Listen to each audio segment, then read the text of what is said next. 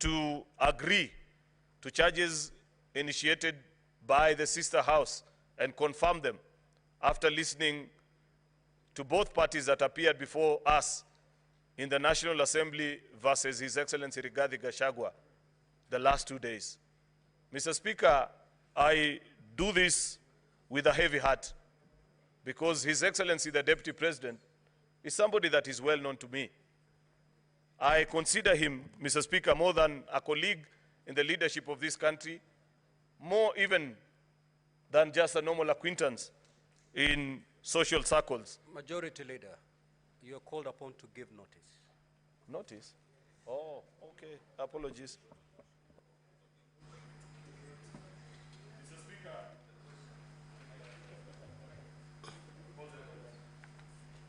Next order. Order number 5, special motion, proposed removal from office by impeachment of His Excellency Rigathi Gachagua, EGH, the Deputy President of the Republic of Kenya. Senate Majority Leader.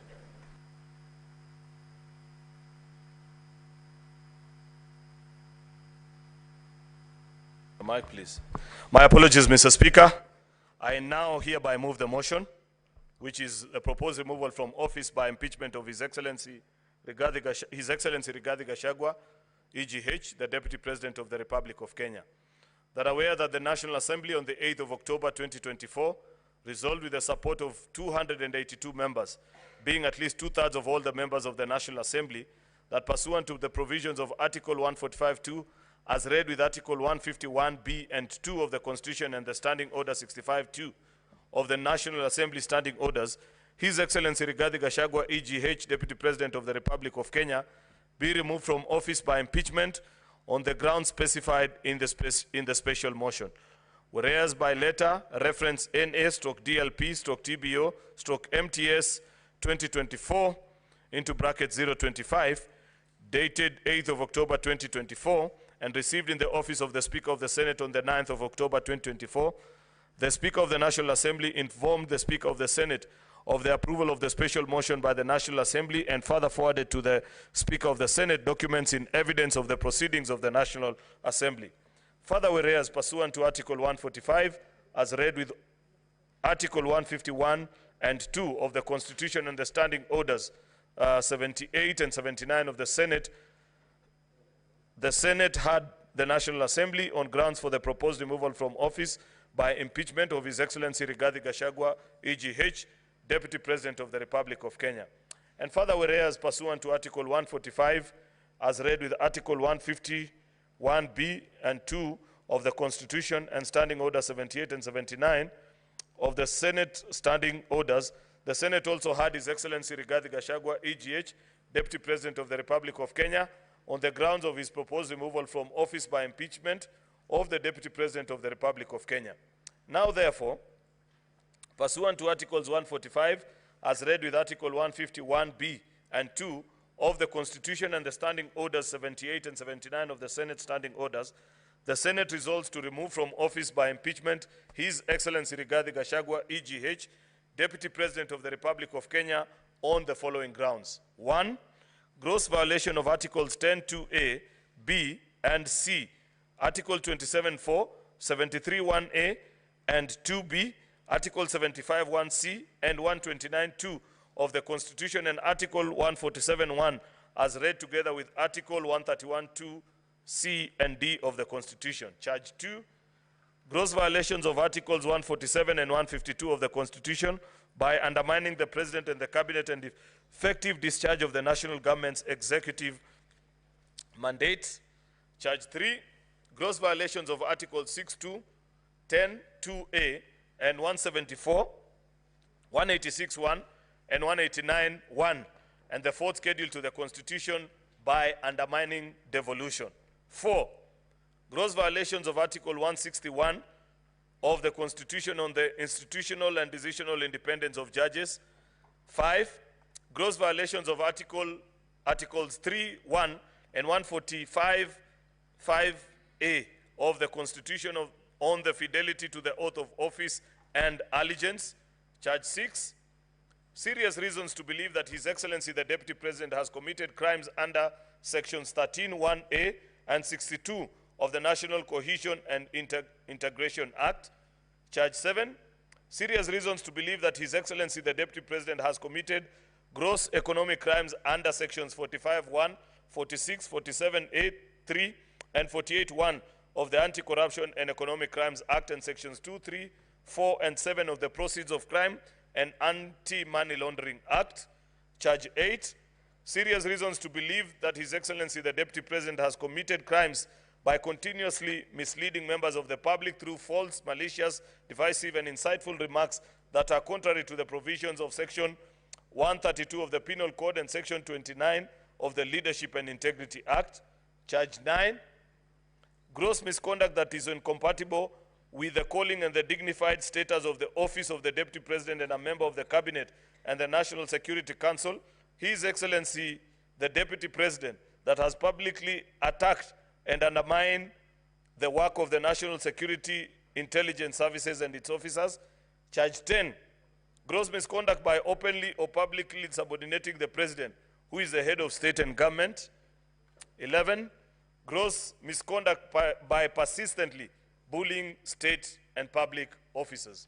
Mr. Speaker, I have observed that this is such a momentous task ahead, and I never imagined a few years ago, Mr. Speaker, that it will be possible after the journey that we have traveled with His Excellency the Deputy President in the political side that I belong to, that hardly 2 years down the line, I will have the difficult task of having to move the impeachment motion against him after listening to this case brought to this House by the National Assembly, in the case titled the National Assembly versus His Excellency Rigathi Gachagua.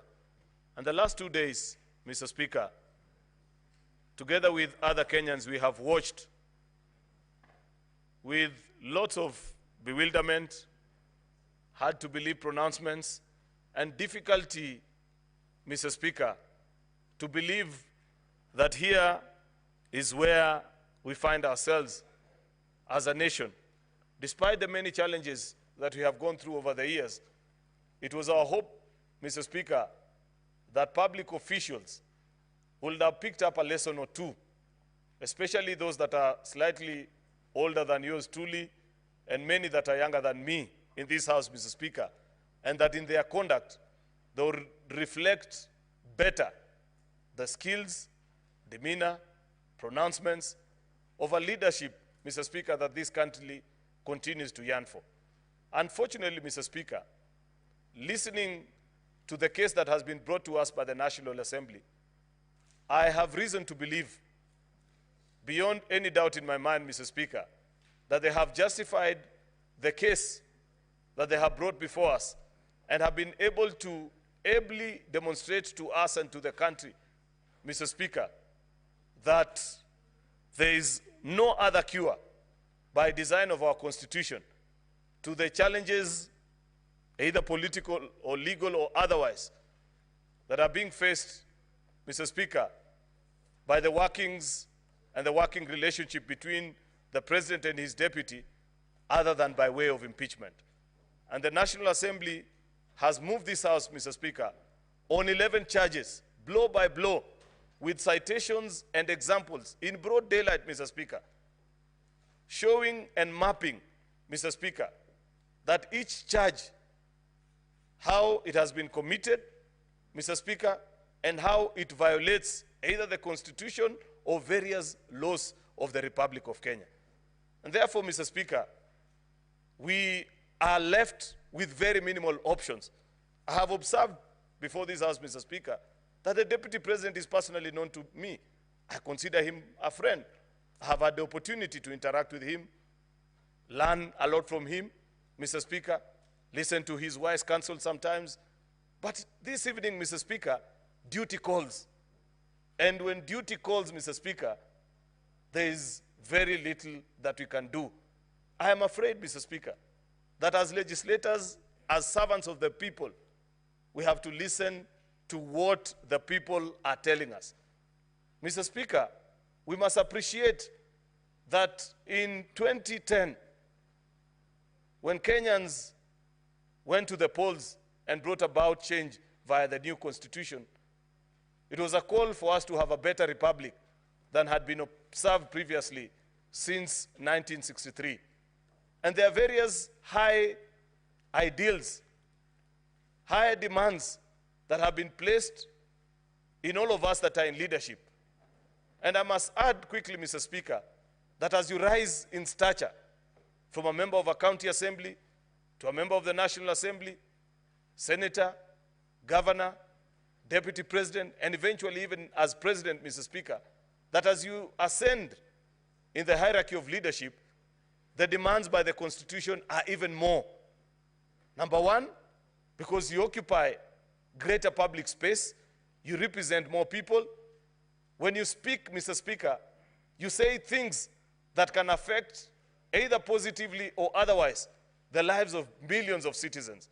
And therefore, Mr. Speaker, listening to the case that has been laid before us since yesterday by the lawyers of the National Assembly, reading through the bunch of documents that have been presented to us, attached with evidence, Mr. Speaker, I can confirm both to this House and to the country that unfortunately this country must make the difficult decision of having to say goodbye to His Excellency, the Deputy President Rigathi Gachagua, because, Mr. Speaker, the reasons that have been listed have consequences by law of what you do when this happens. The National Assembly has demonstrated before us, Mr. Speaker, that on charge 1, that there are various articles of the Constitution, either through his utterances or his actions, Mr. Speaker, that have led other Kenyans to seriously believe and feel lesser Kenyans, Mr. Speaker, something that we thought we had slayed. We thought that we had worked so hard to build a cohesive society where it didn't matter after a political contest, Mr. Speaker, of who eventually wins, that you'd feel comfortable, you'd feel safe, you'd want to do business in any of our 47 counties, Mr. Speaker, and feel at home. Unfortunately, Mr. Speaker, listening to the utterances, reading through the response, Mr. Speaker, and the pleadings by his lawyers, and the pleadings and the admission, Mr. Speaker, by his own affidavit, Mr. Speaker, that either my good friend, the Deputy President, doesn't appreciate the higher calling that the office he occupies demands of him, or he has completely refused, Mr. Speaker, to accept the dictates of our Constitution. And when you get to that law, that place, Mr. Speaker, where there is conflict between man and our Constitution, then man must give way for our Constitution to thrive. That is a demand of a public office. Mr. Speaker, I know this is not an easy exercise. I have agonized and sat there wondering whether there could be other ways we could resolve this issue. And I know for a fact that there have been attempts, Mr. Speaker, not just this time, but previously. I know for a fact, Mr. Speaker, that there have been occasions where either religious leaders, friends, people from business circles, Mr. Speaker, have attempted actually to mediate through some of these conflicts. But unfortunately, Mr. Speaker, instead of getting better, things have gotten worse. What is the essence of this session that we are having? Mr. Speaker, after listening through an impeachment process, the Senate sits as a jury to make a decision whether to find guilty or acquit. But like has been observed many times, and I have reminded this House on all the occasions when I have moved impeachment motions the last few years, Mr. Speaker, is an impeachment is political and legal conjoined together. It's about political accountability. It's about legal consequences of our actions as well, Mr. Speaker. There are political challenges, Mr. Speaker, that must be addressed. There are legal issues that have been raised as well Mr. Speaker, which I want to believe when my colleague senators get the chance to address this House and convince each other. Perhaps people are watching and wondering, what is it that senators are doing at this hour?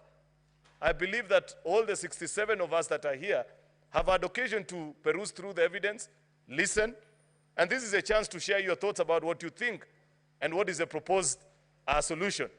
I'm not sure, Mr. Speaker, whether my colleague senators will find the Deputy President guilty on all the 11 charges, or 1 or 2, legally speaker, or none. Mr. Speaker, I'm being quickly reminded by my colleague here that is possible. And that is fine, because it is based on what you had, what your mind is convinced about these particular charges that have been drawn, and what you think is best for this country, Mr. Speaker. I don't intend to be long, because I know, Mr. Speaker, we have agreed that we will do this not for a very long time. And I know there's so many of my colleagues that want to speak on this particular issue.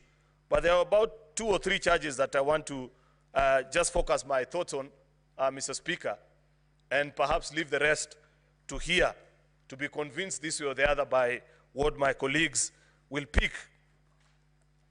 There is, Mr. Speaker, charge number 8, serious reasons to believe that His Excellency the Deputy President has committed crimes by continuously misleading members of the public through false, malicious, divisive, and insightful remarks that are contrary to the provisions of Section 132 of the Penal Code and Section 29 of the Leadership and Integrity Act. We have institutions that are charged with the responsibility of making sure that we are a cohesive society, Mr. Speaker. By statute, actually, after the 2010 Constitution, we set up the National Cohesion and Integration Commission. And it was our sincere hope, Mr. Speaker, that that commission perhaps will help us, especially we that are leaders, learn better from our utterances and do things, say things that leave the rest of Kenyans feeling that they are proud patriots, that the things that we do make them feel at home in this republic. It's unfortunate, Mr. Speaker, that despite this commission, for example, being funded by taxpayers, I have not seen them live up to the expectation, and perhaps part of the challenges that will emerge even after this impeachment process, Mr. Speaker, is to audit how some of these institutions continue to draw from the exchequer, yet not live up to their mandate. In fact, Mr. Speaker, I saw them issue the other day, I think, a statement saying, oh, if you carry out this impeachment process, it will divide the country. I want to tell that Reverend Kobe, I think his name is chairman, you better resign.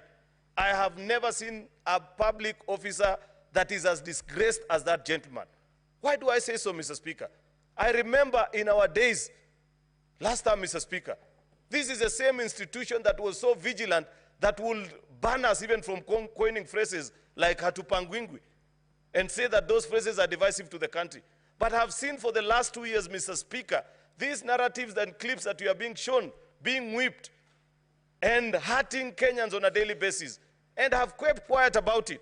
But finally, when the National Assembly has moved to say that we must put a stop to this, they finally show up on stage and say, oh, this will divide Kenyans. Mr. Speaker, surely, don't Kenyans deserve better from their public institutions, Mr. Speaker? I hope, Mr. Speaker, that at the end, by the end of this particular exercise, all the commissioners of that particular institution, Mr. Speaker, will find it fit to resign so that we can have Kenyans who understand how we can build a more cohesive society than those that are gatekeepers of those that push divisive narratives, Mr. Speaker. Mr. Speaker, we have been invited as well and have been challenged that on charge 10, that there is gross misconduct by openly or publicly insubordinating the president, who is the head of state and government. And I listened to one of the lawyers urge us and say, where is the complaint from the president? Surely, does the president need to complain to you, Senator Onyonka, to notice that there is a dysfunction in that particular office?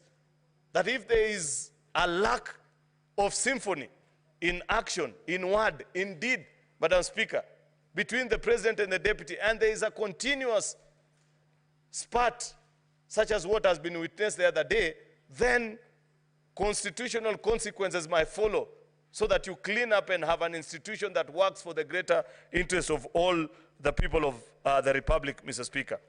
Finally, Mr. Speaker, I know not everybody agrees with those of us that hold the view that the Senate has been sufficiently convinced by these charges, either one of them, all of them, or none that I say. But what I find difficult, Mr. Speaker, is to accept the proposal by those that want to reduce this House and claim that Parliament is a gathering of just a few people. And I have watched many people say that, pundits on the television, including none other than the Deputy President himself, who on many occasions, including last weekend in Embu, has said that his only faith is in the courts of the Republic of Kenya and nothing about this particular House. Mr. Speaker, perhaps it will be important for somebody to remind him, what is the history of Parliament? Parliament is a gathering of all Kenyans. I have said many times, Mr. Speaker, that because it is not possible for all the 50 million Kenyans to meet at one place and agree on issues, Mr. Speaker, they agree to do so through their representatives, Article 2 of our Constitution, Mr. Speaker. And therefore, a gathering of a House of Parliament, Mr. Speaker, cannot simply be wished away by being described that a few members either overturning or undermining the will of the people of Kenya. I believe Kenyans speak directly through the election or indirectly through their elected representatives, who are the people in the National Assembly, in the Senate, in our county assembly. And therefore, Mr. Speaker, when institutions of accountability are dispensing their constitutional mandate, such as what we are doing today, Mr. Speaker, if you respect our Constitution, then respect the outcome and the processes that have been initiated and concluded in Houses of Parliament, Mr. Speaker, just as you do with courts of law. And I appreciate, Mr. Speaker, that on many accounts, I know this process has attracted close to 30 petitions in our courts of law. And I agree with the learned judges that have, Mr. Speaker, made a determination that you allow Parliament to conclude on its processes such that anybody who's not satisfied with the outcome, Mr. Speaker, can exercise their right to appeal. And therefore, Mr. Speaker, in the interest of time and knowing that many of my colleagues want to speak to this particular issue, I want to conclude it at that and request that the Senate Minority Leader, retired Justice Stewart Mazayo, the Senator for Kilifi, does go ahead and second this motion. I thank you, Mr. Speaker.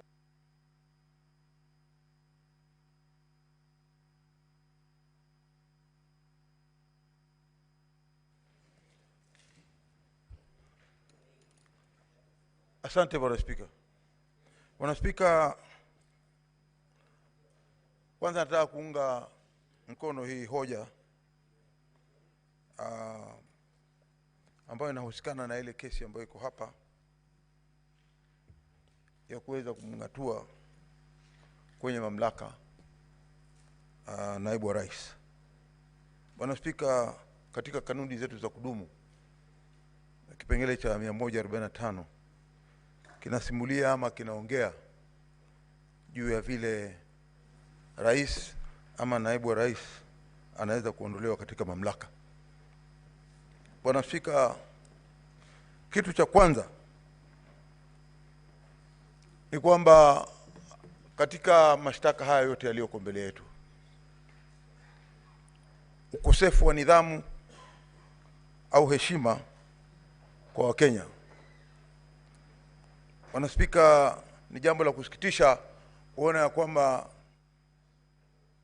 mtu kama naibu wa rais anaweza kusema Kenya ni kampuni, na kwamba Kenya pia vile vile iko na zile wanaita nafikiri zabuni ama shares, na kwamba ikiwa wewe hukuweza kufanya kitendo kama hicho alichokuwa wakitaka wao cha kupiga kura, basi wewe utangojea sana ili uweze kupata maendeleo. Bwana Spika, tukiangalia zaidi tunaona ya kwamba mtu akiwa naibu wa rais, yeye anakuwa kiungo muhimu sana cha kuweza kuunganisha taifa. Sasa wewe ukiwa kama naibu wa rais na umechaguliwa, kazi yako wewe waliokupigia kura, ambao hawakukupigia kura, wewe maendeleo ni lazima yafike kwenye mashinani ya kote nchini. Na wewe ni ndugu, ni baba, ni babu ni mzee wa nchi hii. Kila mahali unapokwenda unatakana kuheshimika katika nchi yetu. Lakini jambo la kusikitisha ni kwamba, na sio mara moja, sio mara mbili, pengine ambapo pengine ulimi uliteleza, lakini ilikuwa ni kila siku mahali popote anapokwenda katika hii miaka miwili ambayo tumekuwa nayo katika uongozi wa Kenya Kwanza. Yeye akiwa kama naibu wa rais amekuwa anahubiri. Hata amekwenda maeneo ya ndugu yangu, na mimi namjua huyu ni Mkenya kabisa, ndugu yangu Cherargei, akatamka tena maneno kama hayo mwisho. Na sisi tunasema kwamba maneno ya kuweza kutenganisha Wakenya ama kuwapatia kwamba sisi tumepata, kwa hiyo kule wale wengine watabaki. Nchi ya Kenya ni nchi moja, na kama kulipa ushuru, kila mtu analipa ushuru. Pia sisi kama watu tunaotoka pande za pwani, pande za Kisumu, pande za Western, pande za kila mahali katika Kenya, watu wote wanalipa ushuru. Kwa hiyo nafikiri kwa maoni yangu ni jambo la kusikitisha kuona ya kwamba naibu wa rais anaweza kutamka vile aliweza kutamka, ya kwamba Kenya ni kampuni na lazima uwe na zabuni ya kutosha ili uweze kupata maendeleo. Bwana Spika, vile vile mimi nitaongea kwa upande ule ninaotoka wa Kilifi, mahali panaitwa Vipingo, mahali ambapo yeye ana hoteli ya familia. Manake hoteli ilikuwa ya ndugu yake, lakini hatimaye yeye akaweza kuichukua ile hoteli. Sitaenda kwa upande ule wa mwingine wa kwamba pengine ilikuwa ya nani, lakini ilikuwa ya hiyo familia. Kitu cha kusikitisha ni kimoja tu. Katika maendeleo yale ambayo tunahitaji sana ndani ya Kilifi ni barabara. Na mojawapo ambao sisi tulikuwa tunalalamika zaidi upande ule ni kwamba barabara iligeuzwa na ikatoka barabara ya kutoka Mombasa mpaka Malindi, katikati ikageuzwa na ikaenda ndani mpaka kwa hoteli ile inaitwa Vipingo Resort Limited or something like that, ikaenda mpaka kule. Hiyo ni mali ambayo ingekuwa ilifaidisha zaidi watu wa Kilifi, hususan kwenye wakulima na wafanya biashara na wananchi kama kawaida kupata maendeleo ya kuona barabara hizo. Lakini yeye akaigeuza na ikaenda kwake. Mimi mwenyewe nilipata nafasi ya kwenda huko, Bwana Spika. Bwana Spika, utaona kwamba barabara inahepa Mikanju, inahepa mpaka Miembe ikienda kwenye hiyo hoteli, ambapo sio jinsia ya vile barabara huwa zinatengenezwa. Bwana Spika, hapo tukaona kwamba ni kiukaji wa nidhamu. Bwana Spika, vile vile ningependa kusema kwamba si sote ni watu ambao tunaamini kwamba kunaye Mungu, na ukimkosea Mungu yeye mwenyewe huwa anajua kuna wakati fulani atakuja kukuadhibu. Bwana Spika, tumeona ya kwamba wale ambao walikuwa wamekosewa hivi sasa kuna malipo ambayo yanaendelea. Bwana Spika, tukiangalia haya malipo ni kwamba imetokea kwamba zile mali zote, watoto wote wale wa yule ndugu yake mkubwa aliyefariki. Jambo la kusikitisha kuona ya kwamba mimi ama ndugu yangu yoyote hapa ndani ya Senate hatuombi, lakini ukifa kama mali yako haitakwenda kwa watoto wako, inaenda kwa ndugu yako na bibi yake na watoto wake. Tunaona hiyo pia ni ukosefu wa kuona nidhamu ndani ya familia, ambao wewe kama kiongozi wa familia unatakana uilinde na uitunze.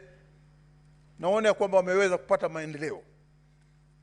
Bwana Spika, ya mwisho ambao nataka kusema kwa hivi sasa ni kwamba wajane wanapolia Mwenyezi Mungu hujibu, na nafikiria wakati wa kujibu sasa umefika.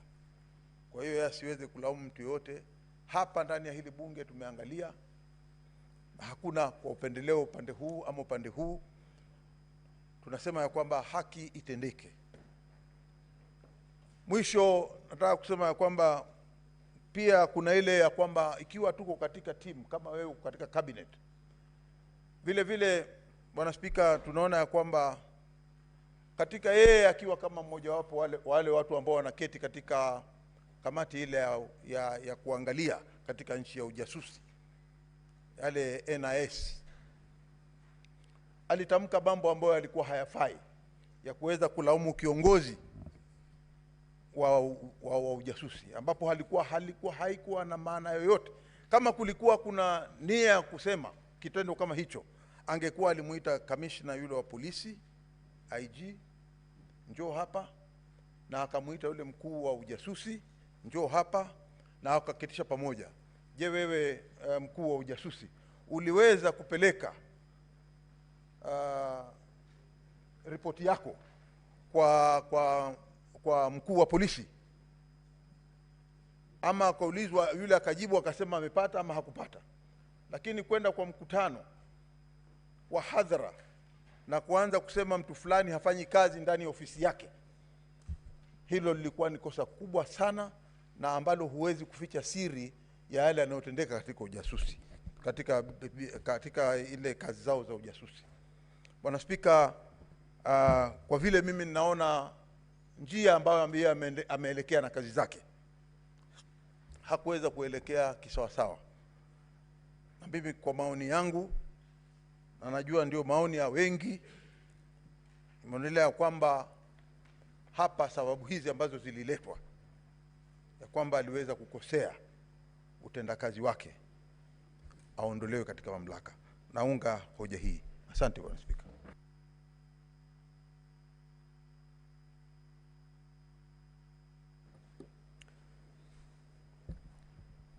Honorable Senators, I now propose the question. That are aware that the National Assembly on the 8th of October 2024 resolved with the support of 282 members, being at least 2/3 of all members of the National Assembly, that pursuant to the provisions of Article 145(2), as read with Article 151(b) and 2 of the Constitution, and Standing Order 65(2) of the National Assembly Standing Orders, His Excellency Rigathi Gachagua, EGH, Deputy President of the Republic of Kenya, be removed from office by impeachment on the grounds specified in the special motion. Whereas by a letter reference NA/DLP/TBO/MTS/2024 into brackets 25, dated the 8th of October 2024, and received in the office of the Speaker of the Senate on the 9th of October 2024, and the Speaker of the National Assembly informed the Speaker of the Senate of the approval of the special motion by the National Assembly, and further forwarded to the Speaker of the Senate documents in evidence of the proceedings of the National Assembly. Further, whereas pursuant to Article 145, as read with Article 151(b) and 2 of the Constitution, and Standing Orders 78 and 79 of the Senate Standing Orders, the Senate had the National Assembly on the grounds for the proposed removal from office by impeachment of His Excellency Rigathi Gachagua, EGH, Deputy President of the Republic of Kenya. And further, whereas pursuant to Article 145, as read with Article 151(b) and 2 of the Constitution, and Standing Orders 78 and 79 of the Senate Standing Orders, the Senate also had His Excellency Rigathi Gachagua, EGH, Deputy President of the Republic of Kenya, on the grounds of his proposed removal from office by impeachment on the Deputy President of the Republic of Kenya. Now, therefore, pursuant to Article 145, as read with Article 151(b) and 2 of the Constitution, and Standing Orders 78 and 79 of the Senate Standing Orders, the Senate resolves to remove from office by impeachment His Excellency Rigathi Gachagua, EGH, Deputy President of the Republic of Kenya, on the following grounds. 1, gross violation of Articles 10, 2A, B, and C, 27(4), 731A, and 2B, 751C, and 129(2) of the Constitution, and Article 147(1), as read together with Article 131, 2C, and D of the Constitution. 2, gross violation of Articles 147(1) and 152(1) of the Constitution by undermining the President and the Cabinet and the effective discharge of the national government's executive mandates. 3, gross violation of Article 62, 10, 2A, 174, 186, 1, 189, 1, and the 4th schedule to the Constitution by undermining devolution. Gross violation of Article 60, 161 of the Constitution of the institutional and decisional independence of judges. 5, gross violation of Articles 3.1 and 148.5A of the Constitution on the fidelity to the oath of office and allegiance. Number 6, serious reasons to believe that His Excellency the Deputy President has committed crimes under Sections 13.1A and 62 of the National Cohesion and Integration Act. Number 7, serious reason to believe that His Excellency the Deputy President has committed gross economic crimes under Section 45.1, 46, 47A, 3, and 48.1 of the Anti-Corruption and Economic Crimes Act and Sections 2, 3, 4, and 7 of the Proceeds of Crime and Anti-Money Laundering Act. Number 8, serious reason to believe that His Excellency the Deputy President has committed crimes by continuously misleading members of the public through false, malicious, divisive, and insightful remarks that are contrary to the provisions of Section 132 of the Penal Code and Section 29 of the Leadership and Integrity Act. Number 9, gross misconduct that is incompatible with the high calling and dignified status of the office of the Deputy President and a member of the Cabinet and the National Security Council. His Excellency the Deputy President has publicly attacked and undermined the work of the National Security Intelligence Service and its officers Number 10, gross misconduct by openly or publicly insubordinating the President, who is the head of state and government. And number 11, gross misconduct by persistently bullying state and public officers. Now, honorable senators, the floor is open to debate. The Honorable Senator Fernandi, Senator Samson Cheranke. As we have already agreed, you have a maximum of 5 minutes. You need not take the maximum 5 minutes. Thank you, Mr. Speaker. I want to say from the onset, this is very momentous. This is the true test of Constitution 2010, because in history we are used to impeaching governors, not the Deputy President, Mr. Speaker, sir. On this process that has ongoing, Mr. Speaker, although as I begin, I want to wish my brother and friend, Rigathi Gachagua, a quick recovery after that unfortunate incident. Mr. Speaker, the process largely has gone on well until the adherence of Article 50, Mr. Speaker, where we have not succeeded in giving fair hearing to the to Deputy President, Mr. Speaker.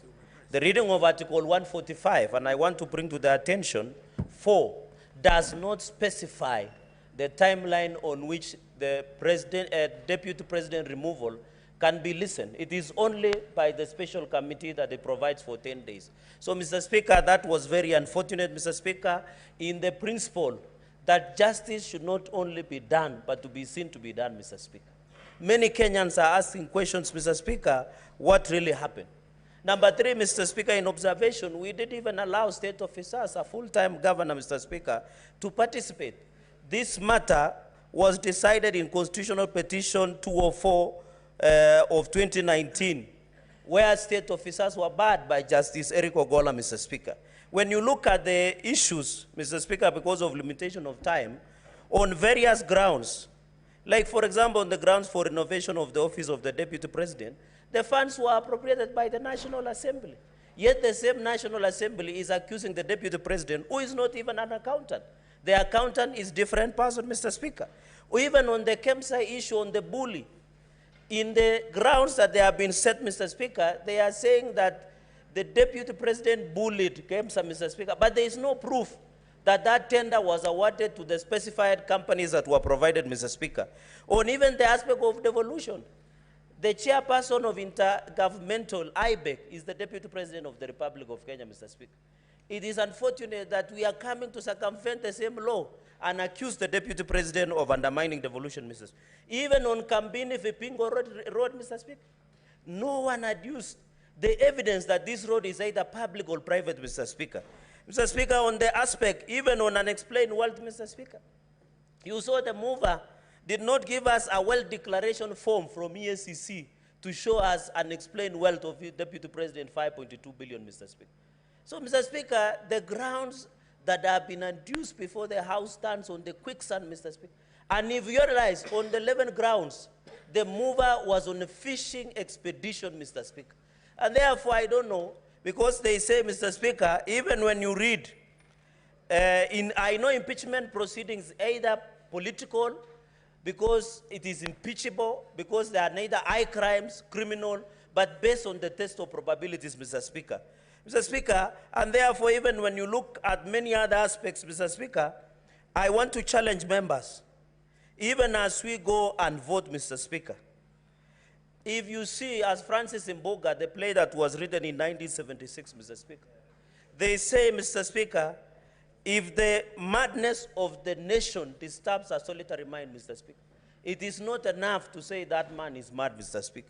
Where we are at crossroads as a country, Mr. Speaker, whatever the outcome today, this country must move on, Mr. Speaker. We must proceed, Mr. Speaker.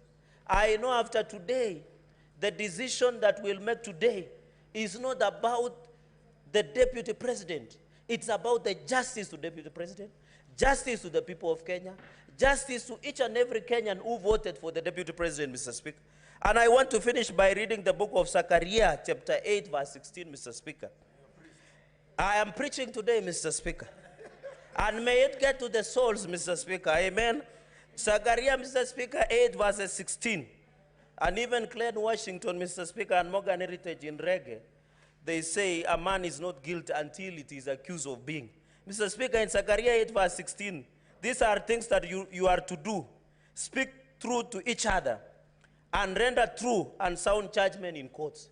Senate, my colleagues, by the time you cast your vote, think about it.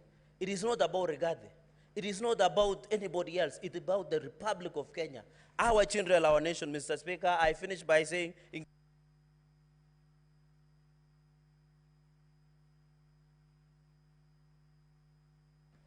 Senator Enoch.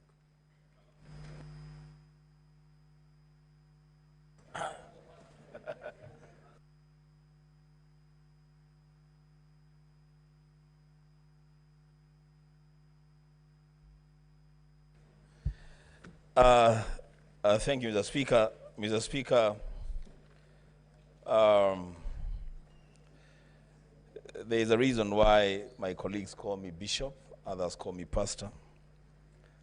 Mr. Speaker, the book of Deuteronomy, chapter 19, from verse 18 to 19.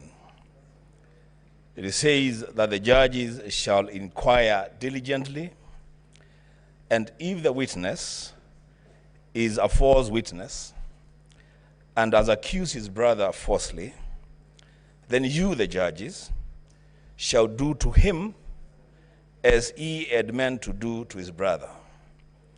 So you shall purge the evil from your midst. Mr. Speaker, I did not know that I would be a senator in Kenya at such a time as this, being called upon to judge between the National Assembly and the Deputy President of the Republic of Kenya through a motion brought here by one Honorable Mwengi Mutuse.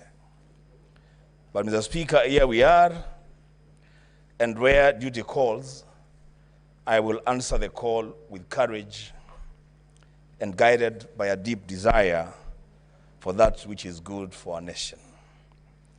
Mr. Speaker, I would have expected that the crumbling relationships within the Kenya Kwanza administration would perhaps have been handled within their PG or their NEC and resolved there. But because they have chosen this path, Mr. Speaker, they have made their bed, they must lie on it. Mr. Speaker, The mover of the impeachment motion must have a very dim view of the Senate of the Republic of Kenya. He comes to us with innuendos, falsehoods, sensational statements, and dropping of numbers without a shred of evidence. The Speaker, he begins his own illustration by saying sometimes in 2023.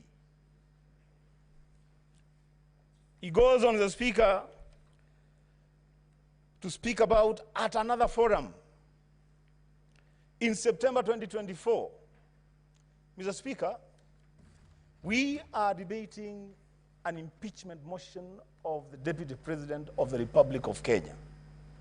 The least that these judges would have expected, the least that this country would have expected, is due diligence on the mover of the motion. Getting every event and every date right. In fact, going down to the minute, to the second. This is a serious issue, Mr. Speaker.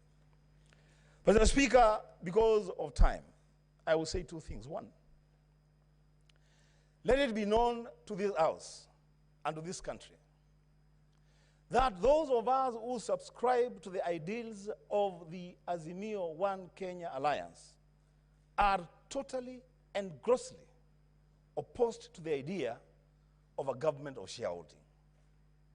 We don't subscribe to that idea. We believe in an all-inclusive government where every person and every region have their space in this country. But Mr. Speaker, when that matter was presented to us as an accusation, as a ground for impeachment of the Deputy President, during cross-examination and going through the evidence table before the Senate, it is clear to this House, it is clear to this country, that the idea of a government of shareholders is a foundational policy of the Kenya Kwanza administration. The signature for that policy is appended by none other than the party leader of that coalition, the President of the Republic of Kenya, the Speaker of the National Assembly, the Chief Cabinet Secretary, and Mr. Speaker, I would dare say, don't drag the Speaker of the Senate to this because he's not part of this. Mr. Speaker, you cannot punish the Deputy President, the principal assistant to the President, for undertaking the role of being the assistant to the President. He is just expounding on a policy that his boss assigned and made public. The Speaker, oh my goodness. The Speaker, lastly, if you allow me,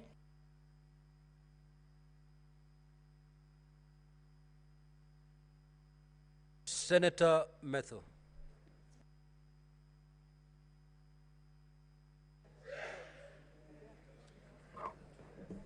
Thank you very much, Honorable Speaker.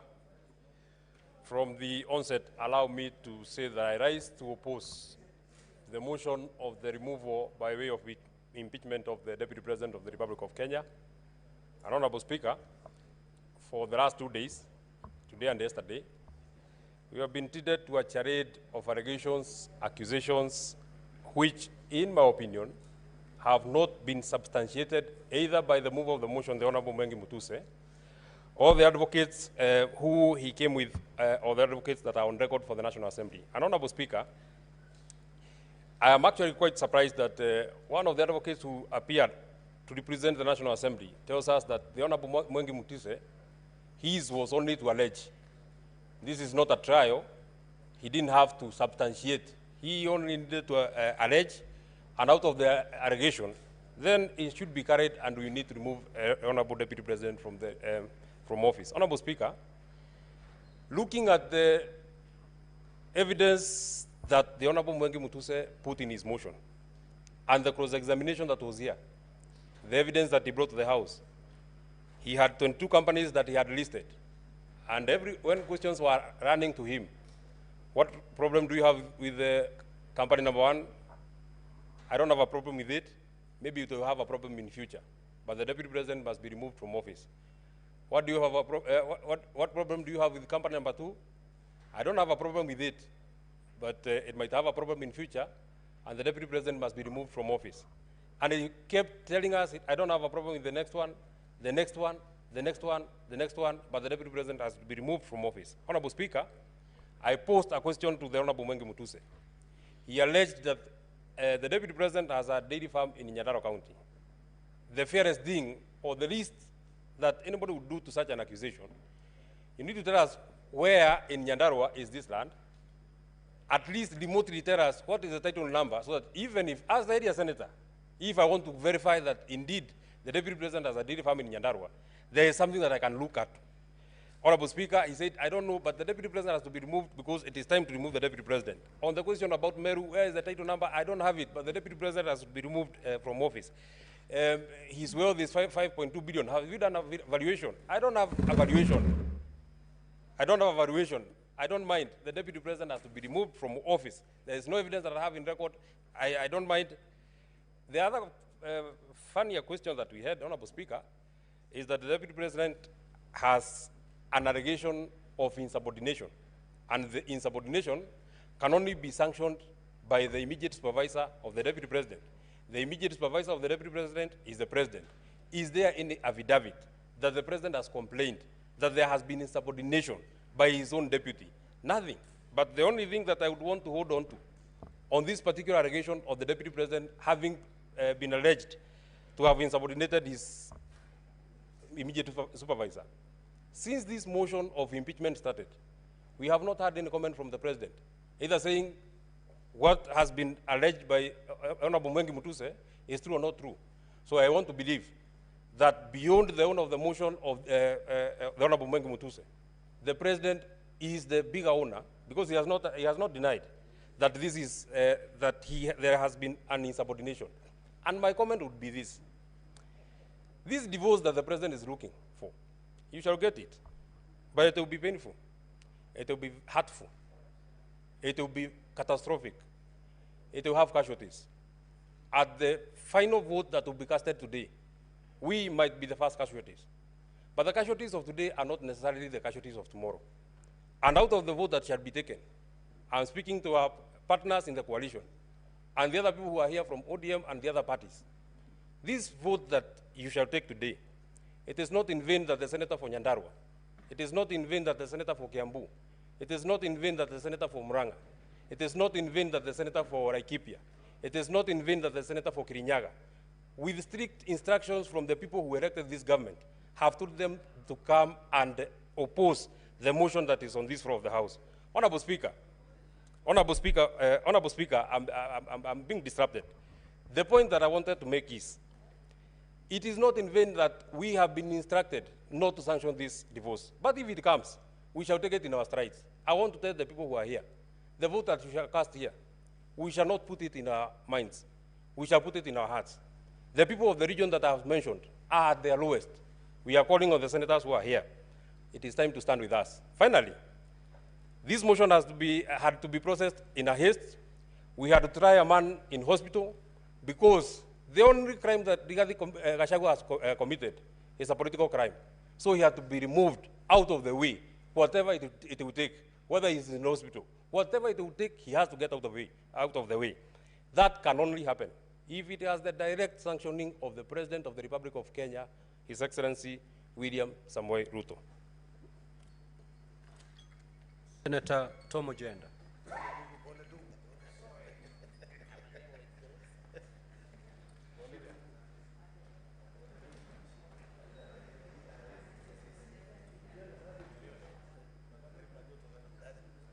Honorable Speaker, it is with a heavy heart that I stand in Senate today to comment on the motion and the 11 charges that have been preferred against the Deputy President, His Excellency Rigathi Gachagua. During today's session, when the advocate for the Deputy President made a presentation, I posed a question to the advocate. And the question, Mr. Speaker, sir, related to the share question which informs count one. Count one is on gross violation of Article 10.2, Article 73, Article 75, 129, 147, and 131 of the Constitution. Mr. Speaker, sir, it is inconceivable that certain regions of this country, in view of the Deputy President, cannot and do not form part of the so-called, Mr. Speaker, sir, the shareholders in this country. To me, Mr. Speaker, sir, the shareholding question and paradigm that the Deputy President has so eloquently, for the longest time possible, stuck to since the election, is the lowest, Mr. Speaker, sir, that he has gone. It is the lowest, Mr. Speaker, sir, because this morning, the advocate was unable to respond to the shareholding percentage for Kisumu County, Siaya County, Migori and Homa Bay counties, Mombasa County, and many other counties, including West Pokot, Trans Nzoia, Mandera, Marsabit, and Vihiga counties. Mr. Speaker, sir, the shareholding question violates expressly Article 10.2b of the Constitution. Senator Tabitha Karanja.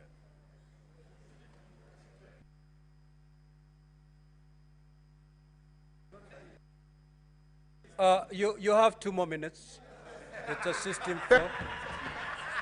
Mr. Speaker, I thought that was rigging. I thought that was rigging. But Mr. Speaker, sir, may I move to just conclude, to move? Mr. Speaker, sir, the presidency of this country, and we have moved under Articles 145 to 150 of the Constitution to impeach the Honorable Deputy President. The embodiment of the role of the President at Article 131 of the Constitution, Mr. Speaker, sir, the President is the embodiment of this country. He represents this country, and therefore, Mr. Speaker, sir, any coalition agreements of any nature must crumble in the face of Article 131 upon election.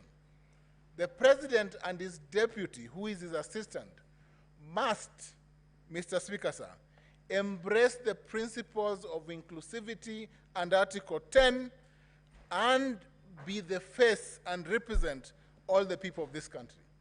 Submissions made by councils for the National Assembly to the effect, Mr. Speaker, sir, that any instrument, be it a political agreement deposited with the registrar, Mr. Speaker, sir, that violates this principle of necessity, Mr. Speaker, sir, are unconstitutional. And it is in the face, Mr. Speaker, sir, of this first count that I will vote in favor of the impeachment of the Deputy President. Mr. Speaker, the other counts that are set out and that relate to violation of the principles of national cohesion, Mr. Speaker, sir, have been proven by the submissions made before this House this afternoon. Violation of Article 147 and 152 of the Constitution have been proved as set out in the charges framed by the National Assembly. Mr. Speaker, for the first time, let me say this, that this country must pull together in one direction. And that direction, if the President, Mr. Speaker, sir, and the Deputy cannot work together, then the interests of this nation cannot be safeguarded by allowing the Deputy President to continue being in office if his ideals are clearly in contravention or oppose the ideals that are held by the President of this country. We must support His Excellency President Ruto to run this country in a coordinated manner that Mr. Speaker, sir, brings together all the citizens of this country in a manner that coalesces all the 45. Senator Tabitha Karanja.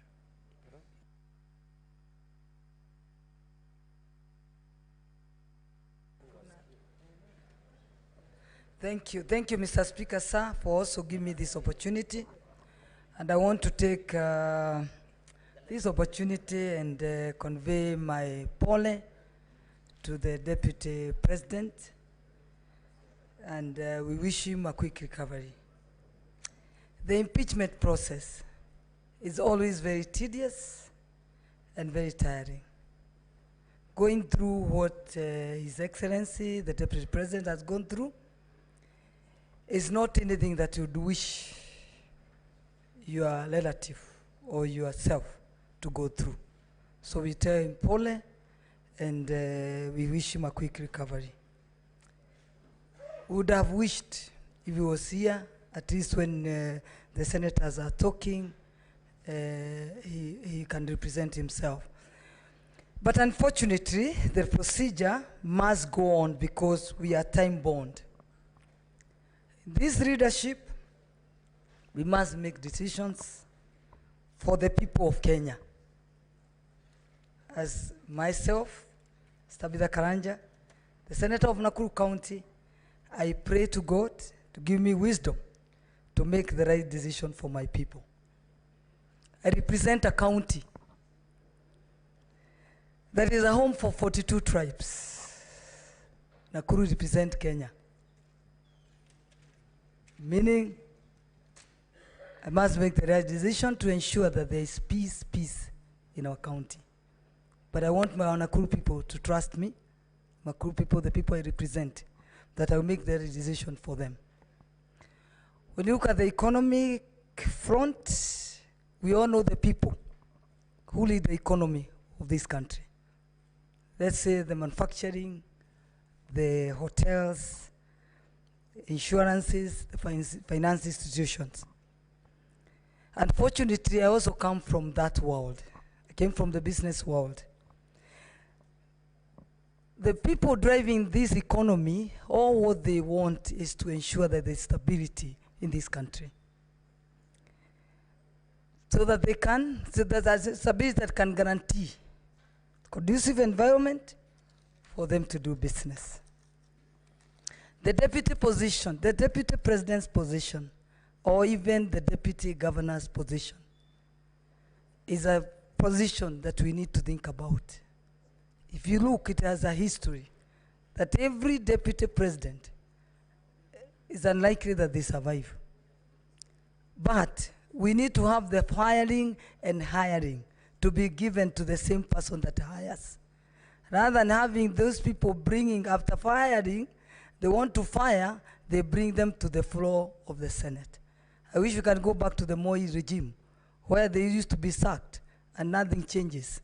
You hire as another one tomorrow, the following morning. Fortunately, the political formation in this country have representation from different communities. I know we are always asking where we are, but when the boss says he doesn't want the person that is hired, a manager, it is very, very hard to say that you can save that person, because even if you save him, where is he going to work? He may even find the offices are locked. So I think he make the right decision to ensure that this country moves, because all what we are looking for is stability of this country. And I know when I'm in this floor, if we're unlikely that we don't save the deputy president of the Republic of Kenya, the one we have, that deputy president came from one community. I just pray that that position will be returned to the same community.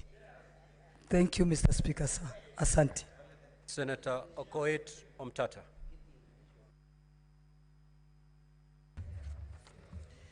Thank you, Mr. Speaker.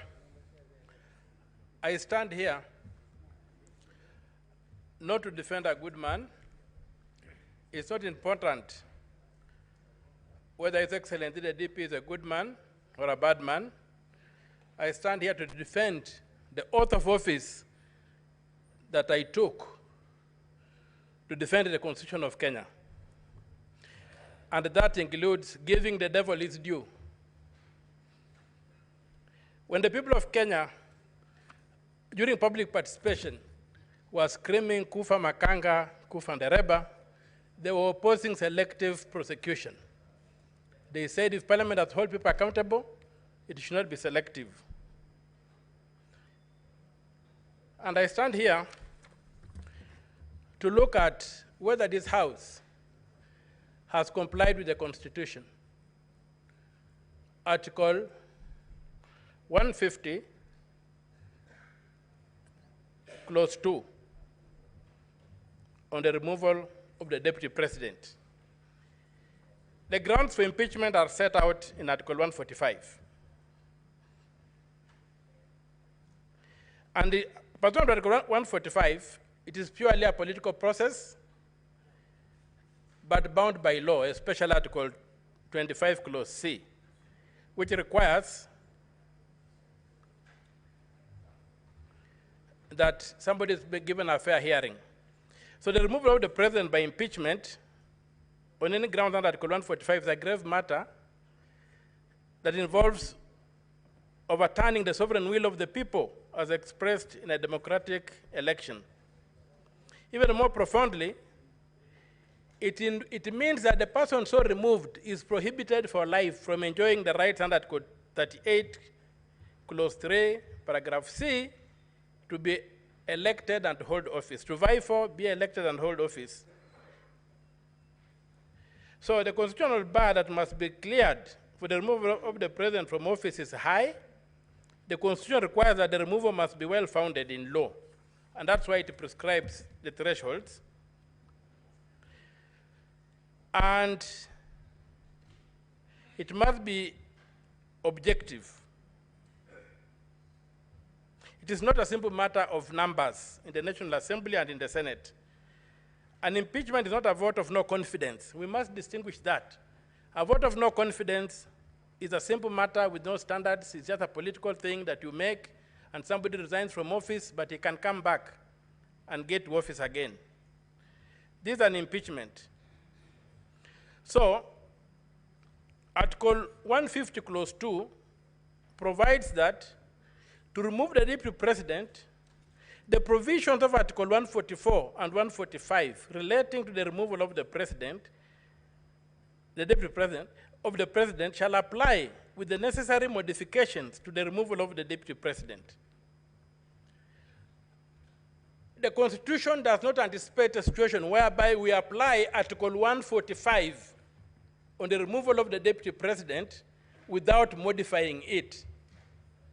The phrase is, shall apply with necessary modifications. What modifications has this House made, or the National Assembly made, or Parliament as a collective made to Article 145 before applying it to the Deputy President?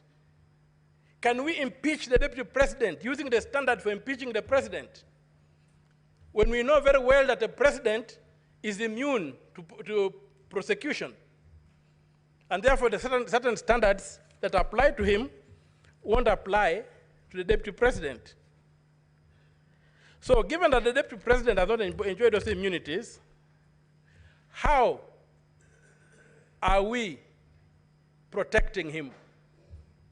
How are we ensuring that this process is constitutional? It's my submission there's a total failure on Parliament to have proceeded to impeach the Deputy President without making the necessary modifications to Article 145. And you have seen the potholes we have fallen into. It's okay for the President because the President is immune from judicial processes. But is it okay that the Deputy President should be prosecuted using the same standard used for the President? And the drafters of the Constitution. Senator Ali Roba. Thank you very much, Mr. Speaker. I'd like to time so that I don't lose my apologies. Thank you very much, Mr. Speaker. Yesterday, the Council for the Deputy President had really spent a lot of time in trying to bring out non-issues, leaving out the critical substance of the case against the Deputy President. And as I was seated here, I was honestly hoping I'll get an opportunity to get some clarification from the Deputy President. And unfortunately, that never happened. But since we are here and the public are watching, there are issues that need to be responded to. On the issue of serious allegation that is to do with the proceeds of crime and anti-money laundering, in the affidavit of the President, the Deputy President himself acknowledged that Christo Company belongs to him. And he also further acknowledged that he has transferred Christo Company to his sons. And he went further to acknowledge in his own sworn affidavit that he has borrowed 600 million shilling in order to purchase Outspan Hotel from Abadeas. But in the evidence that is filed, that is before us, he only provided a letter of offer from a bank and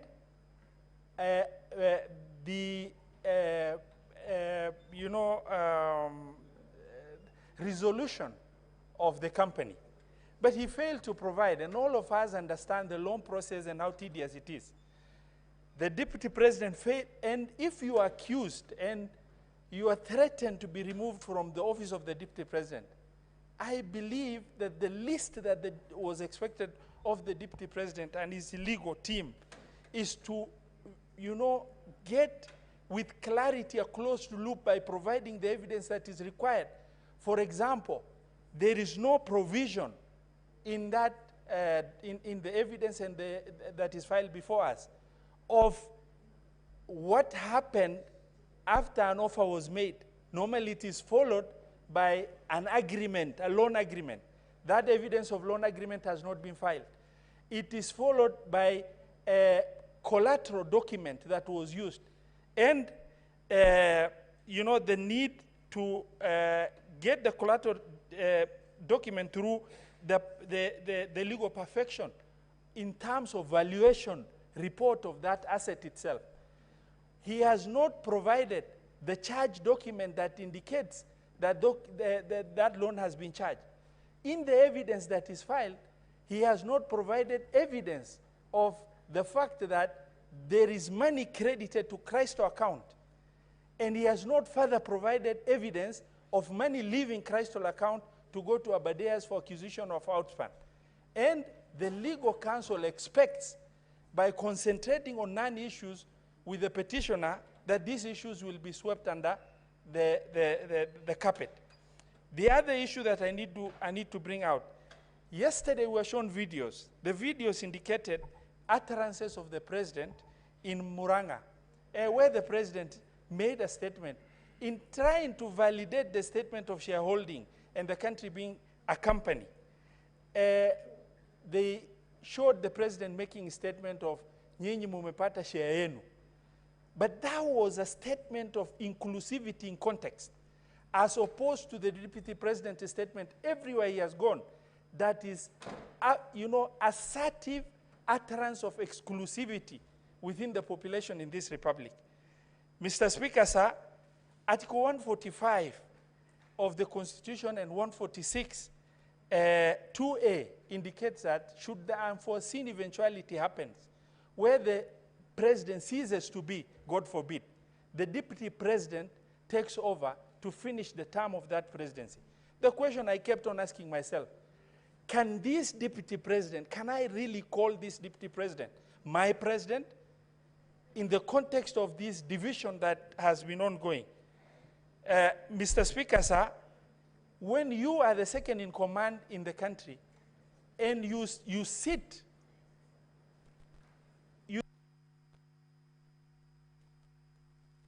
Senator Karungo. Senator Karungo. No, I want to speak from the floor.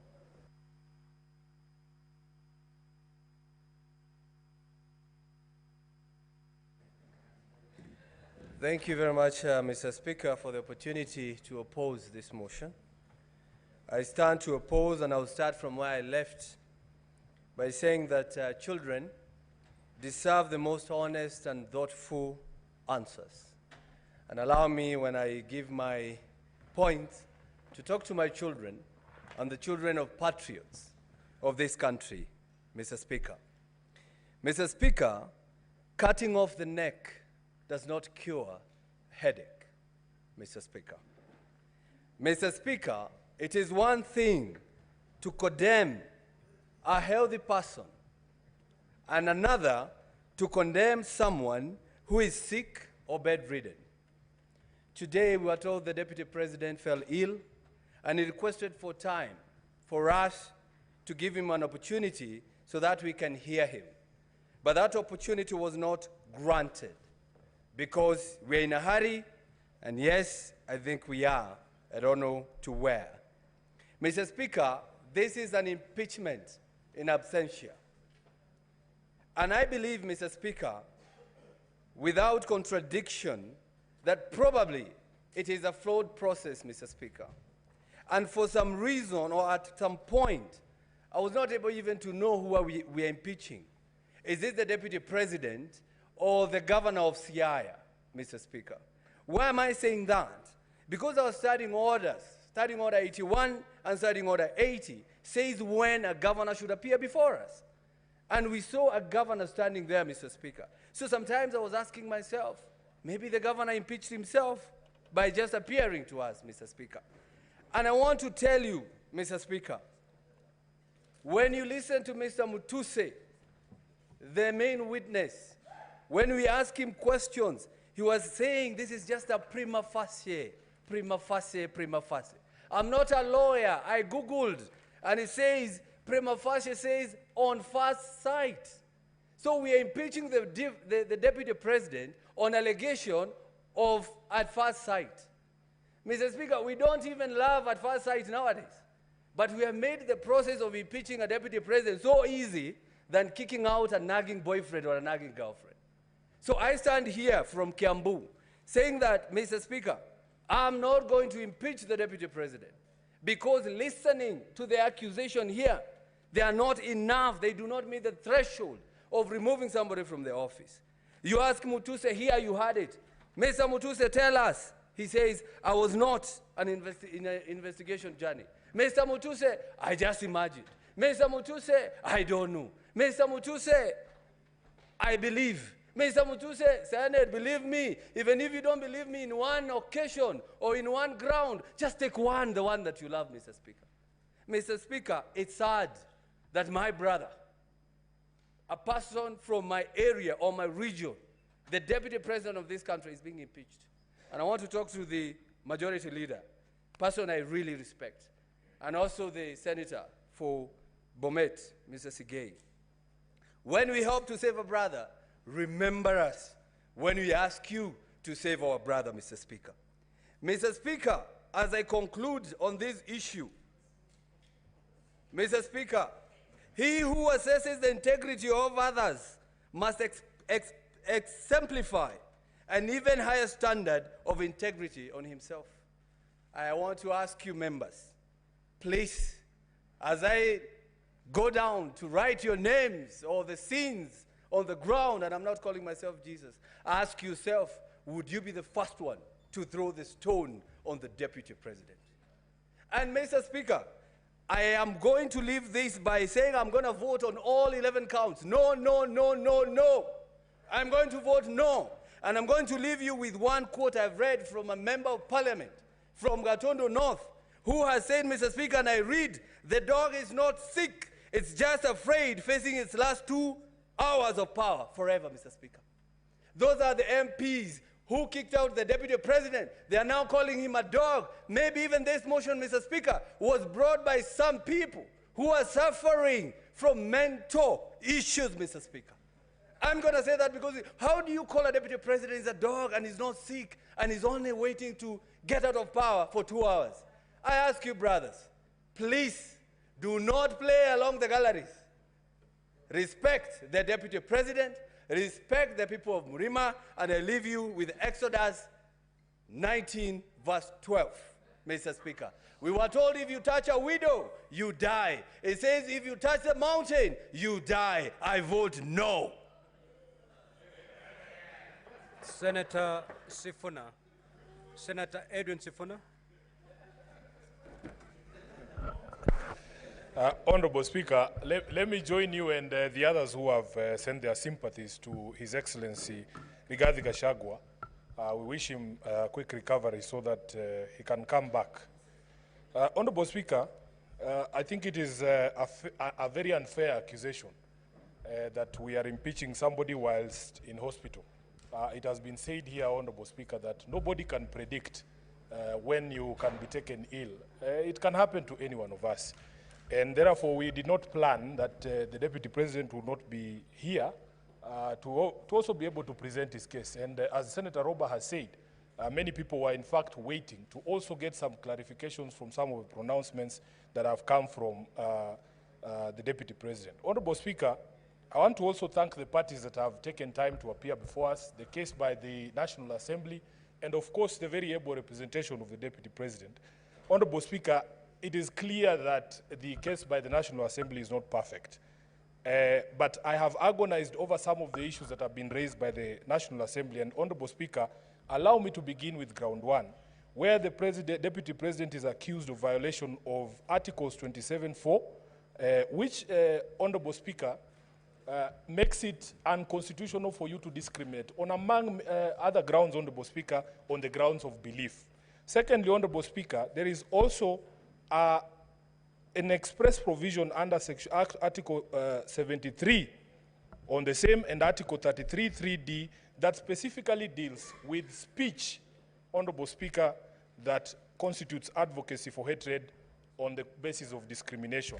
Honorable Speaker, yesterday when I put this question to the legal team of the Deputy President, I was expecting a proper explanation, but of course, you also that they chose to throw snide remarks. Senator Gataya and Senator Tabitha. Please pause my time. When Senator Tabitha, you're speaking, Pause my time. senators give you a pin drop silence. The same must be extended to the Senator for Nairobi City. Sit down, Senator Mofire. Proceed. So, Honorable Chair, Honorable Speaker, yesterday when I put this question seeking clarification to the defense team, they chose instead to make snide remarks about appointments that have been made recently of members of my party, ODM. Honorable Speaker, I have agonized about some of the things that the Deputy President has said. In fact, in my entire time as an elected leader, I've met the Deputy President only once, and this is the second occasion when he was in the House. And both of them, honestly, were very sad events. The first one was a funeral, and these proceedings can also be likened to a political death if the House decides to impeach him. But, Honorable Speaker, on that occasion, I did tell him to his face my position on some of the utterances that have come from him, that in fact, I strongly objected to those pronouncements. His legal team sought to hide behind these coalition agreements. I have agonized over what to do with an agreement, Honorable Speaker, that ousts the mandate of constitutional bodies. For instance, Honorable Speaker, you are told that in the agreement, positions that essentially are supposed to be available to all Kenyans through advertisement by the Public Service Commission, like permanent secretaries, have already been dished out. So what am I supposed to do with a contract that ousts the mandate of the PSC, a constitutional body? What am I supposed to do with a contract that ousts the mandate of this House, Honorable Speaker? For instance, to vote for the person who sits in the chair that you sit in.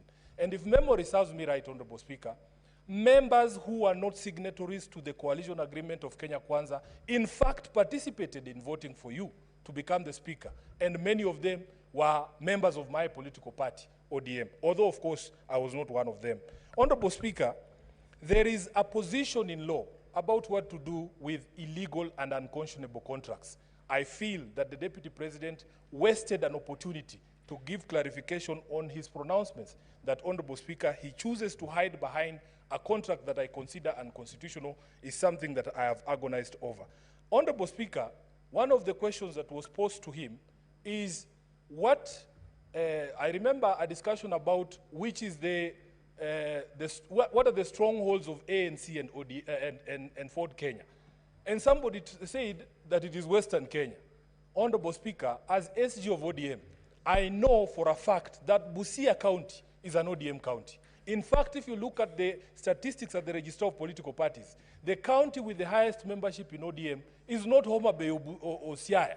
It is actually Busia County. So the question I'm being asked by my members from Busia is, Honorable Speaker, if a member of ODM who resides in Busia wanted to be a permanent secretary, does he take his application to the local Ford Kenya office so that he can access the 30% for Western Kenya? And that is the agony, Honorable Speaker, that people are going through. Honorable Speaker, there was also the conversation around the public attacks on a judge. As a lawyer, as an advocate of the High Court, sworn to defend the Constitution, I agonize over what I'm supposed to do with public attacks on judicial officers, Honorable Speaker, people that I appear before seeking justice for my clients. Honorable Speaker, we have a discussion around also attacks on intelligence institutions in our country and the Director General of the Intelligence. Honorable Speaker, it was argued here that in fact, as a member of the National Security Council, the Deputy Speaker has a forum, the Deputy President has a forum to bring... Senator Karen Nyamu.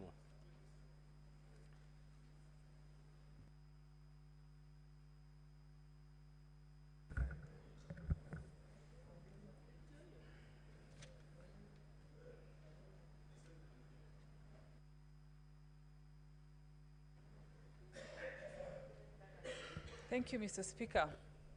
I can assure you, Mr. Speaker, none of us is enjoying these proceedings of an impeachment motion against the Deputy President, and particularly those of us from the government side, the Kenya Kwanza Coalition. And for obvious reasons, Mr. Speaker, because he has been our leader, we have been in the trenches with him, fighting for this government, and so it has come to this, and I can assure you we are not particularly very excited about it. I personally have interacted with him on numerous occasions.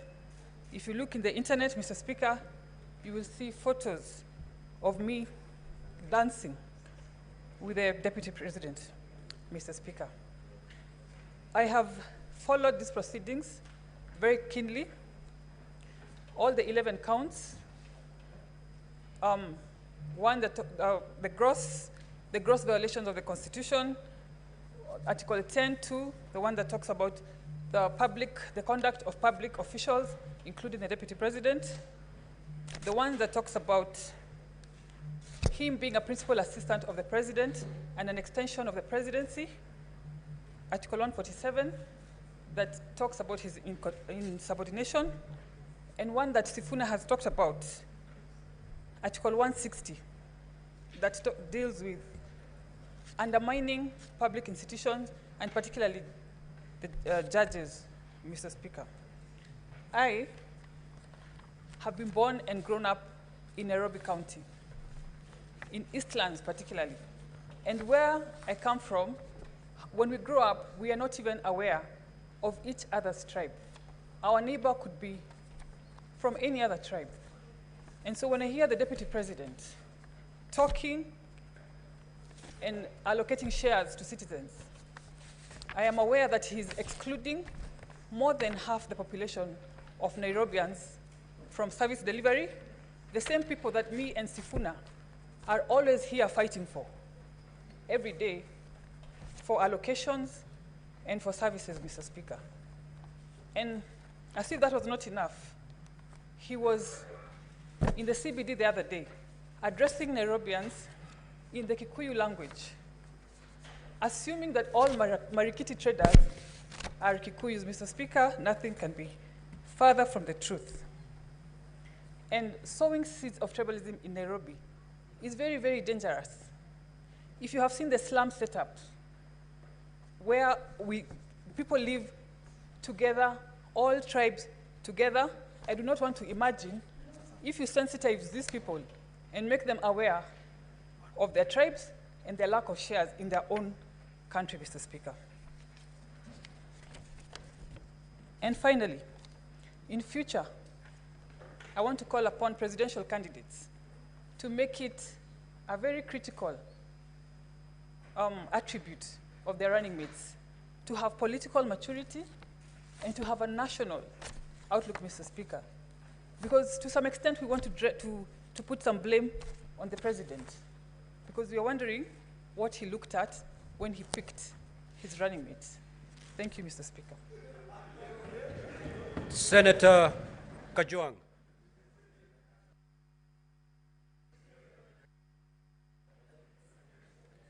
Mr. Speaker, as I make my comments on this motion, I'd like to wish the Deputy President of the Republic of Kenya, Rigathi Gachagua, quick recovery. He is still the President of the Republic of Kenya as at 9:19 p.m. on the 17th of October until any decision is made. He's still the Deputy President of the Republic of Kenya. We pray that God gives him the strength and God gives him good health to continue pursuing that responsibility. Mr. Speaker, the Council for County Assembly began his opening statement and his National Assembly, that is the Venerable James Orengo, with a quote from Scripture. Mr. Speaker, allow me also to go to Scripture. And this time I will go to the book of John. In the book of John, chapter 8, we get the story of the adulterous woman. Mr. Speaker, Jesus Christ is teaching his disciples at the temple early in the morning, and the scribes and the Pharisees early in the morning drag a woman to his presence and say that this woman has been caught in the act of adultery. The Bible says that she has been caught, and I quote, in the very act of adultery. Mr. Speaker, what surprises me in this passage is that the woman who was caught in the very act of adultery has been produced, but the man who contributed to the adultery was not brought before Jesus Christ in the temple. Mr. Speaker, we have a man who has been brought before us for impeachment. We have been told that he's been a political adulterer. We have been told that he has grossly violated the Constitution and the laws of the Republic of Kenya. Mr. Speaker, adultery takes two. It takes two to tango. Like that woman in the book of John, I don't know whether they went for the men who cajoled her, who seduced her, who connived with her, and who paid her for the act of adultery. Mr. Speaker, in this Republic of Kenya, we must drain the swamp of adultery. And today, just like back in the days when the law of Moses required that a woman who had been convicted or accused of adultery ought to be stoned to death. Unfortunately, Mr. Speaker, it looks like the same punishment was not prescribed for men. It was just for women to be stoned to death, and yet it takes a man for a woman to commit adultery. Tonight, because the Constitution of the Republic of Kenya is just like the law of Moses. It says if you are found guilty of political adultery, you should be stoned to political death. It is called impeachment. You are sent into political purgatory for 10 years. You cannot run for office. Mr. Speaker, we must deal with the law as is. The law as is requires us that the woman or the man accused of adultery must be stoned to death in this chamber. That is the law as it is. But, Mr. Speaker, we must make sure that we bring those other men and women who commit and who encourage people to go into adultery so that they also face the same sentence and they also face the same judgment. Mr. Speaker, I am convinced that political adultery has been committed in the case before us. There has been a conversation about a dubious shareholding structure of the Republic of Kenya. If the Republic of Kenya was a corporation, as you have been told, or if it was a political party, then we would have 56 million equal shareholders from Moyale to Vanga, from Nyatike to Nyandiwa, from Bumala to Malaba. Mr. Speaker, it cannot be restricted to a geographical entity called a mountain. Mr. Speaker, I am convinced that political adultery has been committed in the intimidation and threats to judicial officers. I am convinced that political adultery has been committed in public attacks on our intelligence service. Mr. Speaker, where I come from, if you find your father naked, you don't proclaim his nakedness, you cover him. And we cannot then proclaim the nakedness of our intelligence service. Mr. Speaker, I am convinced that the Deputy Speaker has committed political adultery. Sorry, the Deputy President has committed... I am sorry, Deputy Speaker, has committed political adultery. And Mr. Speaker, for... Your time is up. Your time is up, Senator Murango.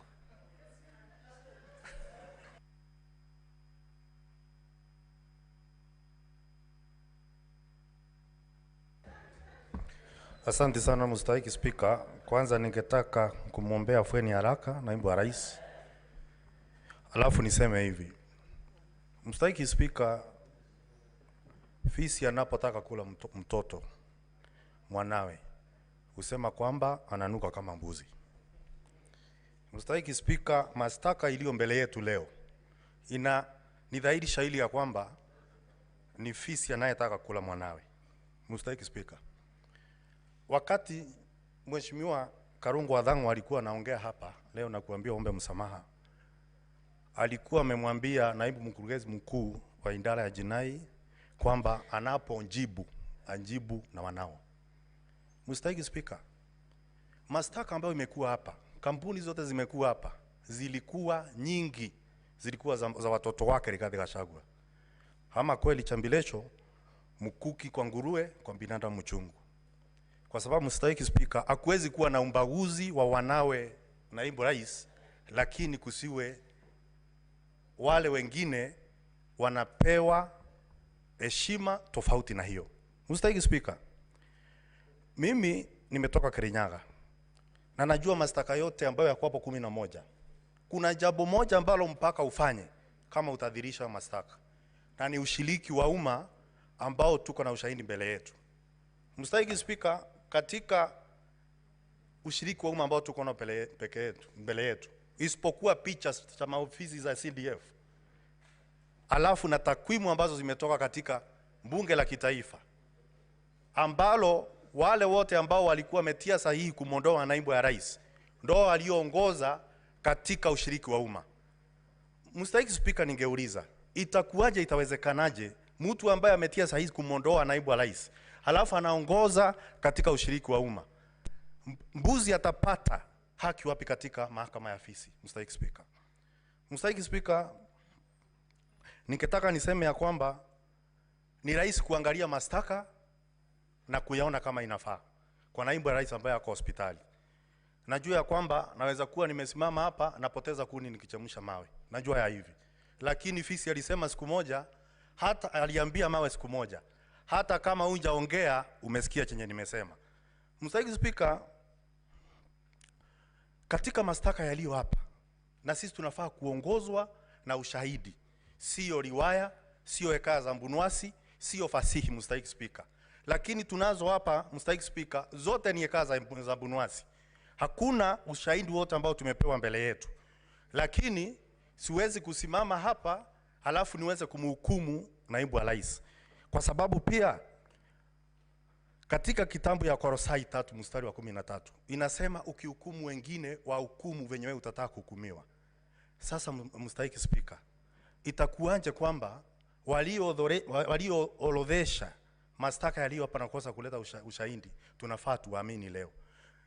Ni chuki ama ni uchungu gani ambao wako nao na naibu wa rais? Mstahiki Spika, unajua akuchukiae huwa anakuambia unamtifuria vumbi hata wakati unaogelea. Mstahiki Spika, mahali nilikotoka mimi nataka kitu ya kwanza kufanya ni kuwakilisha watu wangu, na waliniambia kwamba ushiriki wa umma ambao uko hapa hawakuhusishwa vilivyo, kwa sababu walioenda kule mashinani kufanya ushiriki wa umma walienda kufanya ushiriki wa umma wakijua matokeo yake. Mstahiki Spika, na kwa hivyo mimi nimeambiwa na watu wangu kutoka Kirinyaga yale mashtaka yote ambayo yamewekwa hapo na kwa sababu tumekuchagua wewe uende pale utuwakilishe, tafadhali ukienda yote usikumbalie na hata moja. Mstahiki Speaker, Mswahili usema lilompata peku na ungo ni lilo. Mstahiki Speaker, wewe ni Mswahili, unajua kwamba ungo ni uteo ambao ni mpya. Peku ni uteo, ungo ni uteo ambao ni mpya. Peku ni uteo ambao unapepetea ambao ni mzee. Namwambia siku ya leo maseneta tukimhukumu naibu ya rais yanayompata leo, hata nyinyi mjue siku moja inaweza kuja ikampata. Na ambaye atachukua msumari wa kwanza kumpigilia naibu wa rais, ningeomba kwamba asiwe ni mtu kutoka mlima. Huyu ni ndugu yetu. Na kwa hivyo tunapokuja kumsurubisha katika msarambani, afadhali tuangalie akisurumbiwa, lakini mmoja wetu asichukue nyundo na msumari na nyundo kwenda kumsurumu. Mstahiki Speaker, najua ya kwamba kuna wale ambao wanaelekeza vingine visivyo bwana. Mswahili usema usiwe vitatange kuwatosa wengine ndemani. Kama uko na msimamo tayari, usije ukapeleka mwenzako katika huo msimamo wako. Tunafaa kuzingatia ushahidi, tunafaa kuangalia kwa haki, kama maombi yetu ambayo tuko nayo katika seneti kwamba tutaangalia kila kitu kwa haki na uaminifu. Asante sana Mstahiki Speaker. Now, honorable senators, we had a consensus to terminate at 9:30. But again, breathe in and out. But again, I'm asking with your consensus if we can push it for another half an hour so that we terminate at 10. Is that okay? You know, honorable senators, we have to vote for 11 counts individually.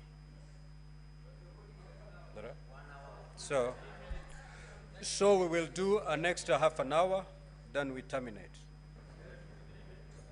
The Honorable Olekina, Senator.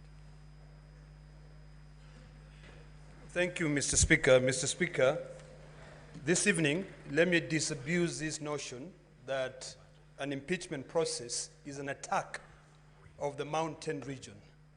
Mr. Speaker, an impeachment process is a vital process of holding public officers, state officers, accountable. Mr. Speaker, I've heard on various occasions from my colleagues, those who oppose this motion, that we are targeting the mountain. I beg to differ, and I do so with the following findings. There is a lot of movement in the chamber, Mr. Speaker. Honorable senators, and Senator Pause my time. Let's take our seat, please. And let us hear the Honorable Senator in silence. Thank you, Mr. Speaker. Let me begin again by saying I want to disabuse this notion that an impeachment process is an attack of a region. It is not. It is a constitutional process that this House has been given the task to be able to hold public officers accountable. Today, we are discussing the impeachment of a deputy president. Tomorrow, we might be discussing the impeachment of a president. We have constantly debated impeachment of governors here. I've never had at one given time when people come up and say we are targeting a particular community. We are not, Mr. Speaker. Mr. Speaker, we have been entertained this afternoon or the last 2 days with the defense alleging that the shareholding utterances made by the deputy president is that he was referring to the shareholding of a coalition agreement. And Mr. Speaker, we were demonstrated here that the Kenya Kwanza coalition agreed upon how they can be able to share different, positions in government. In fact, I thought they would say that the Speaker of this House was also negotiated. I believe when the Speaker of this House was proposed to be voted for, he was voted for by all the senators. And never have I seen the Speaker giving preference to the people of the coastal region. So, Mr. Speaker, I find I'm not convinced by the defense that the shareholding being uttered by the Deputy President is based on a coalition agreement.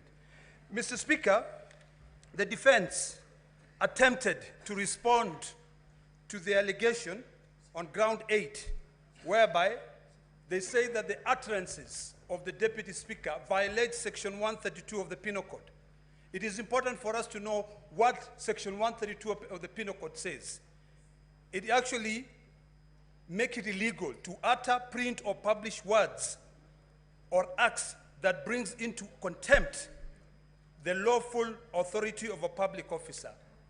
The decision made by Justice Esther Maina in her capacity as a judge of the High Court is protected by the position that she holds.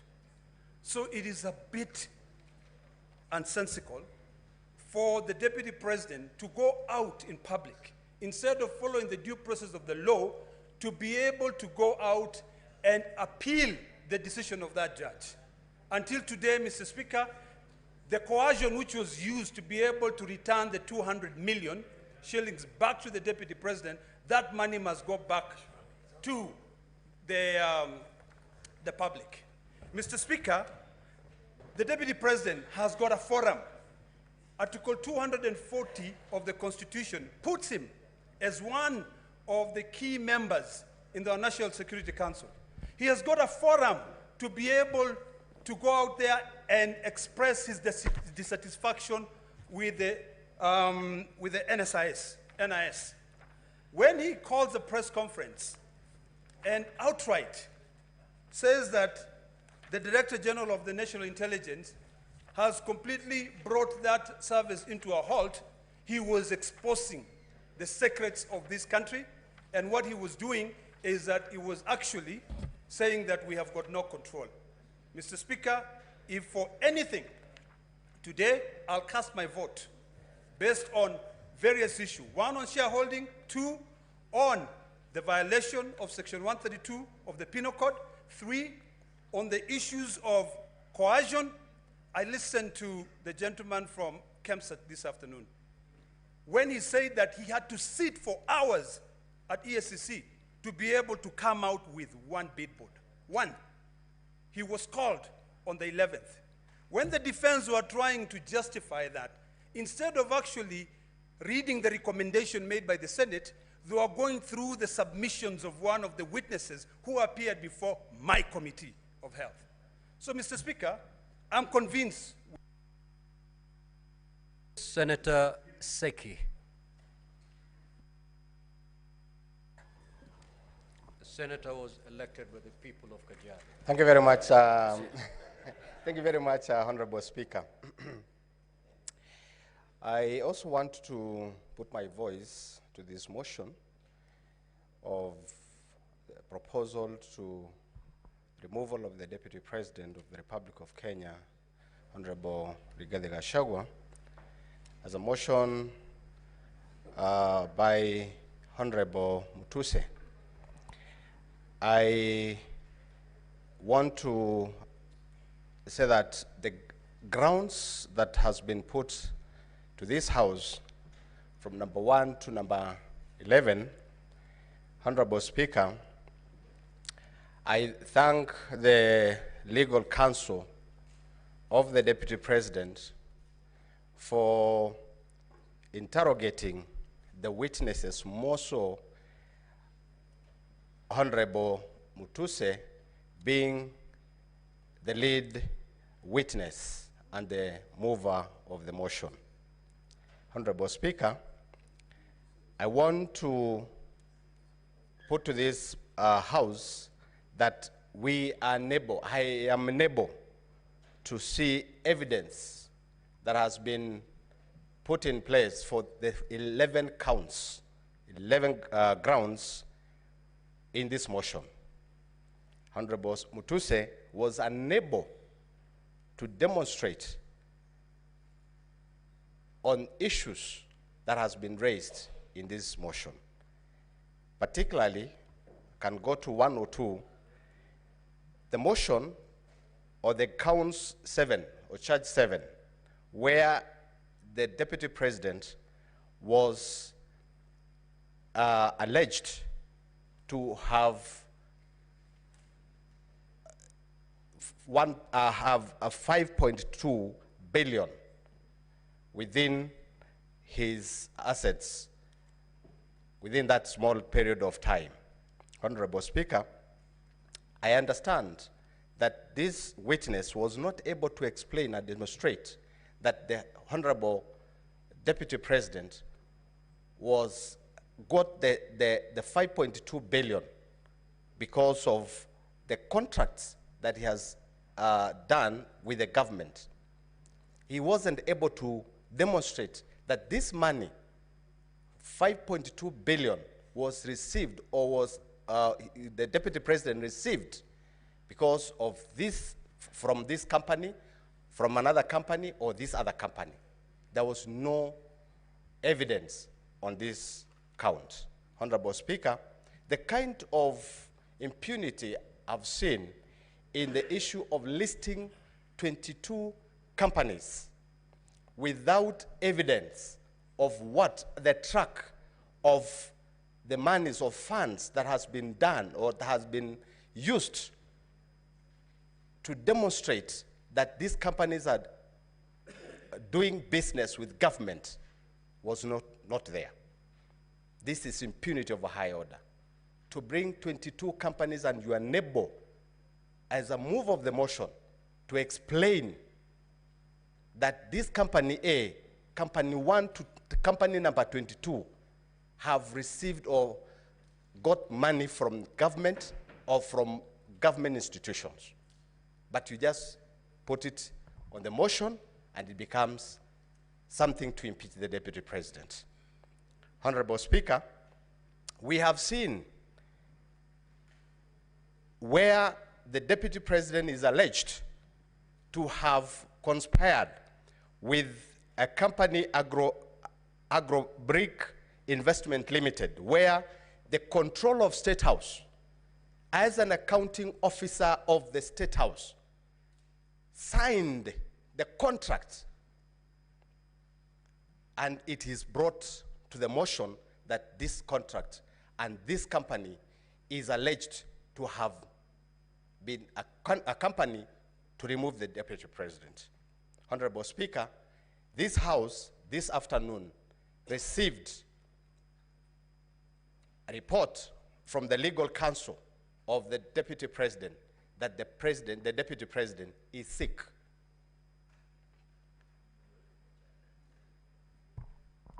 Now, we are ready. Senator Faki.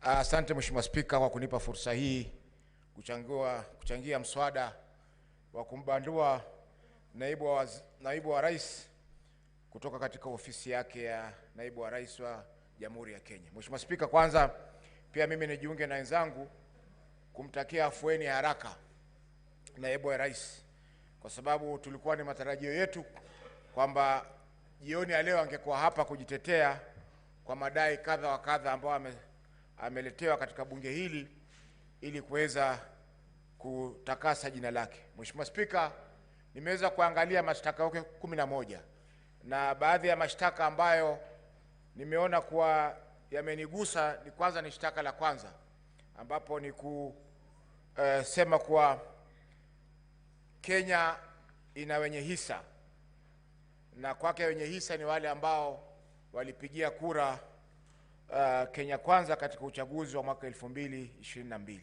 Mheshimiwa Spika, hiyo imebagua makabila zaidi ya 47 katika nchi yetu.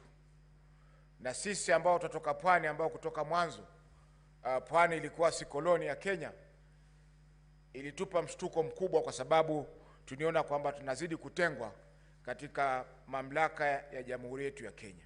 Mheshimiwa Spika, shtaka la pili ambalo limenibamba ni la kuhusu ukiukaji wa sheria, na hapa nitaangazia shtaka la pili na shtaka la 6 ambapo amekiuka sheria inayohusiana na uwiano katika nchi yetu ya Kenya na vile vile pia kuleta makabila na jamii zote pamoja.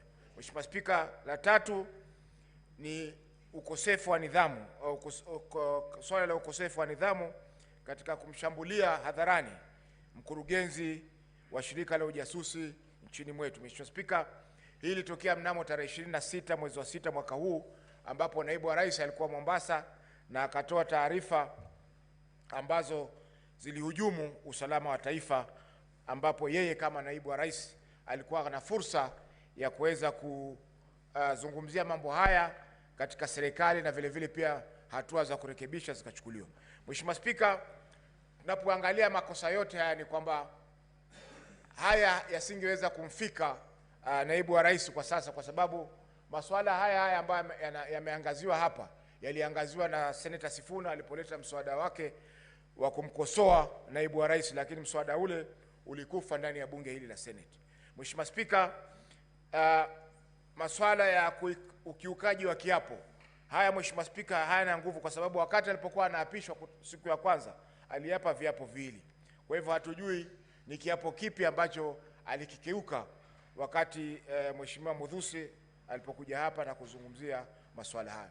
Mheshimiwa Spika, nikimalizia nitamnukuu Senator Orengo aliposema kwamba katika bunge lililokwisha kwamba mapinduzi yanakula watoto wake. Kwa Kiingereza, revolutions eat their own children. Na hii tunaona kwamba mapinduzi yameanza kula watoto wa Kenya Kwanza, wakianza na mtoto mkubwa kabisa ambaye ni naibu wa rais. Kwa hivyo ni masuala ambayo yameendelea katika bunge hili. Bunge lililokwisha tuliona hapa Profesa Kindiki aliteta sana hapa, lakini vile vile mapinduzi yakamla. Kwa hivyo ni kwamba lazima tujenge siasa katika nchi yetu ambazo zitakuwa ni siasa za kusonga mbele. Tukichaguliwa kama viongozi, tuzungumze masuala ya kitaifa. Tusizungumze masuala ya vijijini mwetu, wakati sisi matarajio wa Kenya wote ni kwamba tunazungumzia masuala ya kitaifa.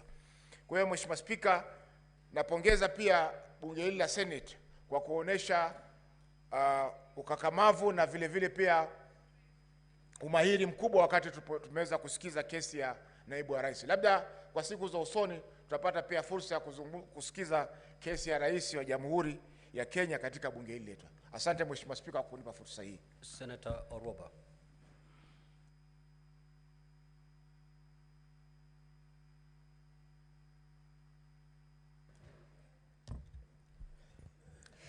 Thank you, Mr. Speaker.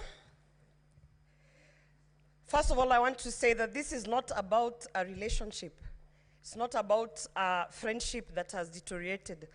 I have been hearing people say, if it's about a relationship, if it's about a marriage that has broken, why don't they go back and make peace and come together? No, Mr. Speaker.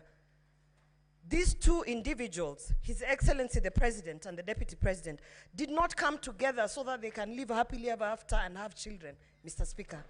They came together so that they could deliver development to the people of Kenya, Mr. Speaker. So this, what we have been doing here for hours and hours, it pains me when I hear people saying, you know, about adultery and relationships and what, and I'm wondering, no. We have been here because of 11 counts, Mr. Speaker. A very serious impeachment motion because of not 2, not 3, but 11 counts, Mr. Speaker.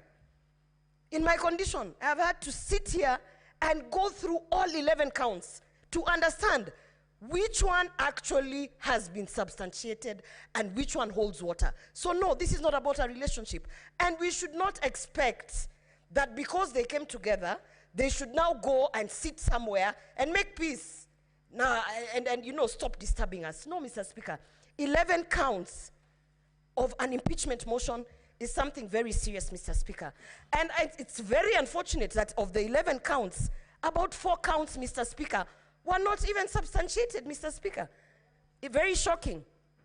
When you have a team of legal experts sitting down bringing 11 counts, at the very least, they should have even substantiated 9, Mr. Speaker. But 4 counts, ground 2, when you talk about undermining a cabinet decision, how did we not have the witness come here to speak so that we can be able to understand. Some of us, we don't sit in cabinets, and we need to understand what a cabinet decision is, how it is undermined. Mr. Speaker, the witness was not produced. We had another witness who did not come here in terms of undermining devolution. Governor Sakaja signed an affidavit, but then did not appear, Mr. Speaker. People must respect the Senate, because when we are sitting here to analyze 11 counts, Mr. Speaker, honestly, in all fairness, they should at least be substantiated to some level. However, Mr. Speaker, I have lived through the post-election violence of 2007, 2008, and it is very strange that 2007 I was also pregnant, Mr. Speaker.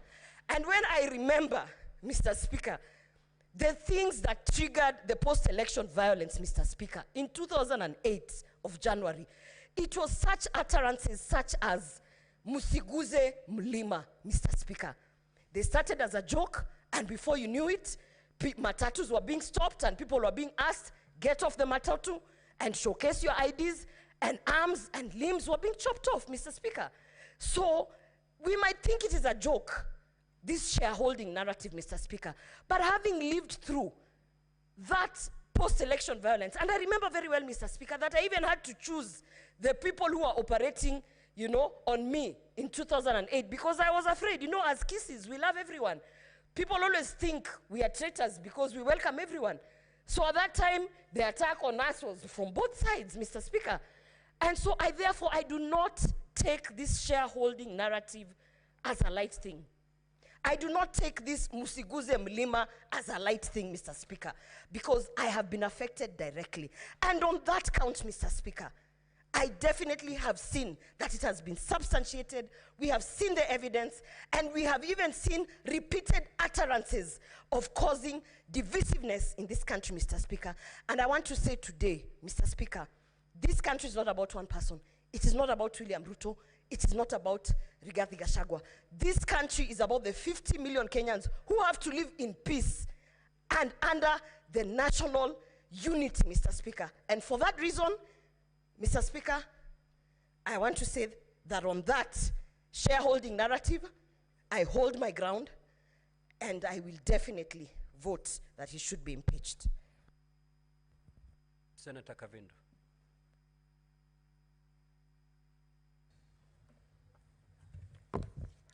Thank you, Mr. Speaker, for giving me this opportunity.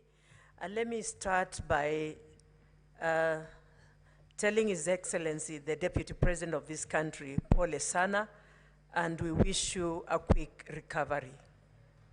Two, Mr. Speaker, I want to quote a scripture which has been quoted here, John 8:7.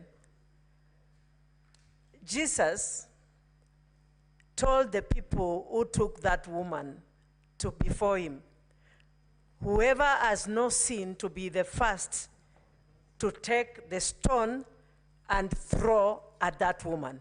And when he bent down, when he came up, there was none of them. All the men had gone, only the woman was standing there. And he told her, go in peace, your sins have been forgiven.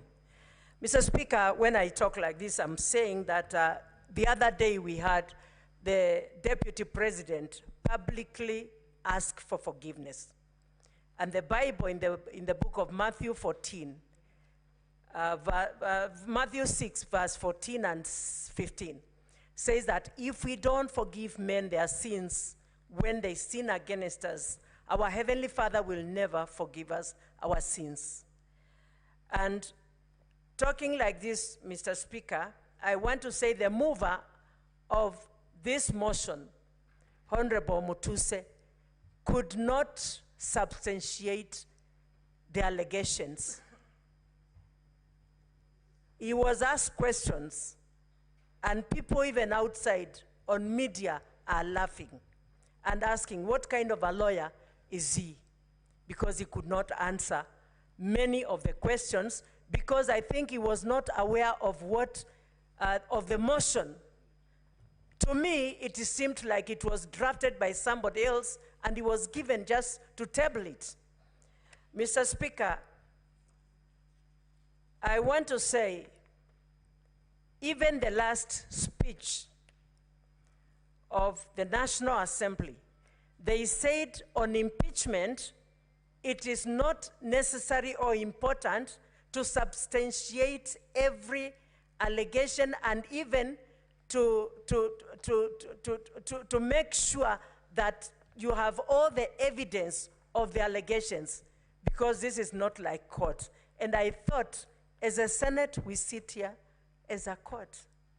And whatever ruling we give here is acceptable. And so I wonder why one would stand and say that they could not, it is not a must that they substantiate beyond reasonable doubt. I believe if we are impeaching a person, we should, all the accusations must be substantiated and beyond reasonable doubt, because that is one's career we are about maybe to ruin. And this person has a family. This person has a career. When I think of Waititu, when I think of Songo, for 10 good years, they cannot stand on any elective office. And I had... Honorable Senators. Senator Methu, you are heard in silence. Senator Fernandi, you are heard in silence. Thank you, Mr. Extend Speaker. the same treatment to Senator Kavindu. Thank you, Mr. Speaker. And Mr. Speaker, it was just the other day, I had Majority Leader and many of us here say that Songo was impeached for no good reason. How do we reverse what we have already done on this, in this Senate? So, Mr. Speaker, I want to say, before we impeach anyone, we must substantiate all the charges and make sure that it is not something that we are going to eat back our words and start saying we did a mistake. Mr. Speaker, I stand here to say no to this motion. Senator Kathure Murungi. Thank you, Honorable Speaker, for this opportunity also to make some comments, 1 or 2 comments on this important exercise. Mr. Speaker, many Kenyans are wondering why the Deputy President is being impeached. And they are saying if he is to be impeached, him and the President should be impeached at the same time. Mr. Speaker, the articles in the Constitution, our Constitution has given the National Assembly and the Senate this mandate to do this exercise of checks and balances to our public officers. And Mr. Speaker, Article 145, which we used this afternoon even to determine whether to proceed or not, is very elaborate on how to the process of impeaching the Deputy President or the President. So, Mr. Speaker, we are here because the Senate actually has been, on several occasions, we have brought deputy governors, and now the Deputy President. Mr. Speaker, kindly protect me from this, Honorable Speaker. Mr. Speaker, kindly protect me from some noise from behind. Senator Fernandi. So, Mr. Speaker, I was saying... Just move to your seat, your normal seat. I was trying to say that, Mr. Speaker... It may be lonely, but please stick there. Proceed. Mr. Speaker, this House has brought deputy governors, and now the Deputy President. Mr. Speaker, what we are doing is a constitutional mandate. And therefore, I will ask Kenyans that they should bear with the Constitution. It is the Constitution which has brought us where we are. I want to thank the parties that were here for the last 2 days, the parties representing the Deputy President and the parties representing the National Assembly, Mr. Speaker.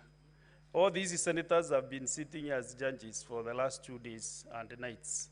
And Mr. Speaker, it is only that this is a court, like a high court. Only that judges in the high court or the courts do not discuss the cases that they handle, but they meet and discuss, and then they make the decision. And then the decision is led by maybe the president of the court.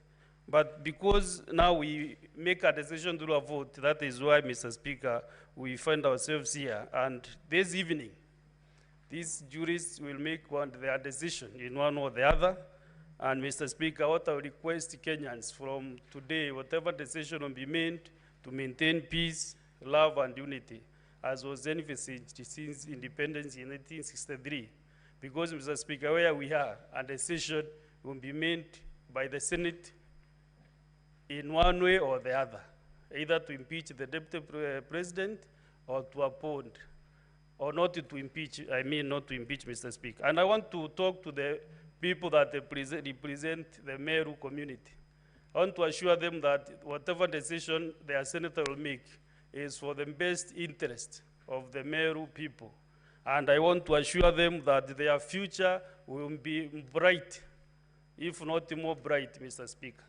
And what they need is service delivery, not individuals. Whatever decision that I'll make is for their best interest, because they elected me to make some decisions. Some are soft decisions or hard decisions. But what they need at the end of the day, they will ask their senator for 5 years, what have you done for us? But as I finish, Mr. Speaker, I want to encourage all of us in a verse from the Bible, Thessalonians chapter 5, verse 18, which says that in every situation, no matter what the circumstances, be thankful and continually give thanks to God. For this is the will of God for you in Christ Jesus. So whatever you do, thank God. Whatever happens to you, thank God, because we always should give thanks to God. Thank you very much, Mr. Speaker. Senator Christo Lasige.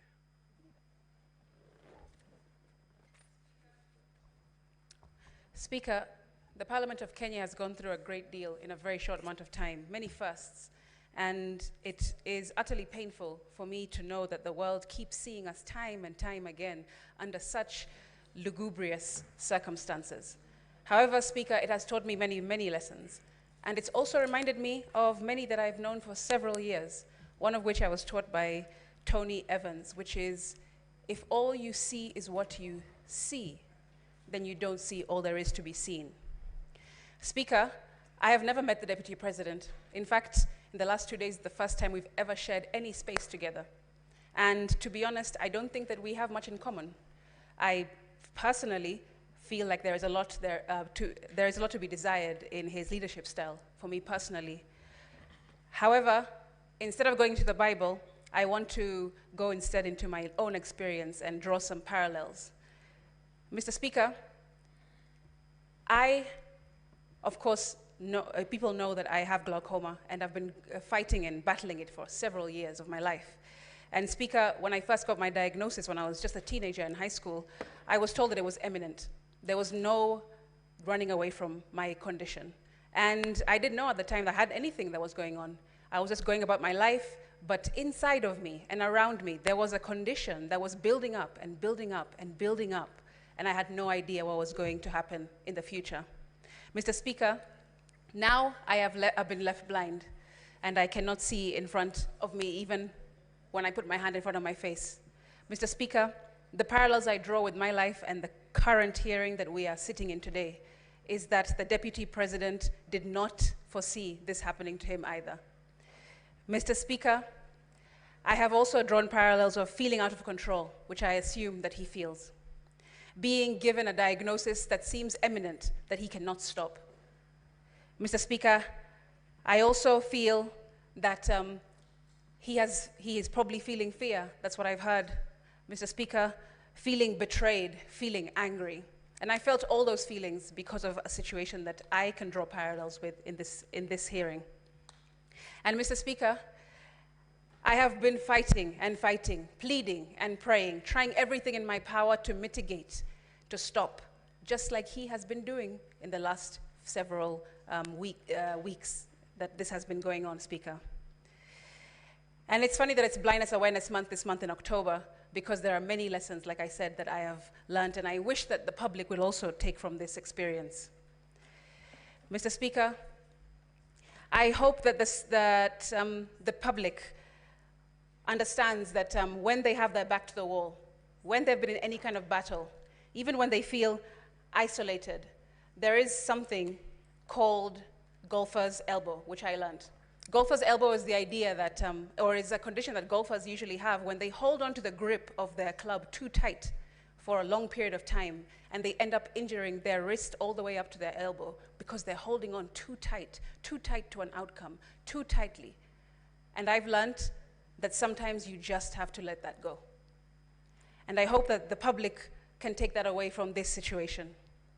Mr. Speaker, we must move away from hegemony, the idea of being dominated by one group or a person or a company or a state, because we are a democratic republic, and we need to move away from such ideology, such utterances, such behavior, Mr. Speaker. However, in the 11 counts, I have seen many that have no evidence, and I've seen some that do have some evidence. But I have not been particularly given confidence by the witness-in-chief, the mover of this motion, when I saw him up on the stand, Mr. Speaker. Although none of us can relate to what it's like to being a deputy president in this room for sure, we can definitely relate to the lessons that I've just mentioned. Mr. Speaker, make decisions today that will not betray you tomorrow. That's one. I also want to share that even though you're in a battle, whatever that might be, financial, personal, medical, whatever it is that you're going through at the moment, and you feel like your back is on the wall and everything, all the odds are against you, remember that it gets better. You do better. You will experience better, and we will become better, Mr. Speaker. I will finish, and I hope that the senators will remember what I said to them yesterday from the Bible, Proverbs 17:15. Senator Newton.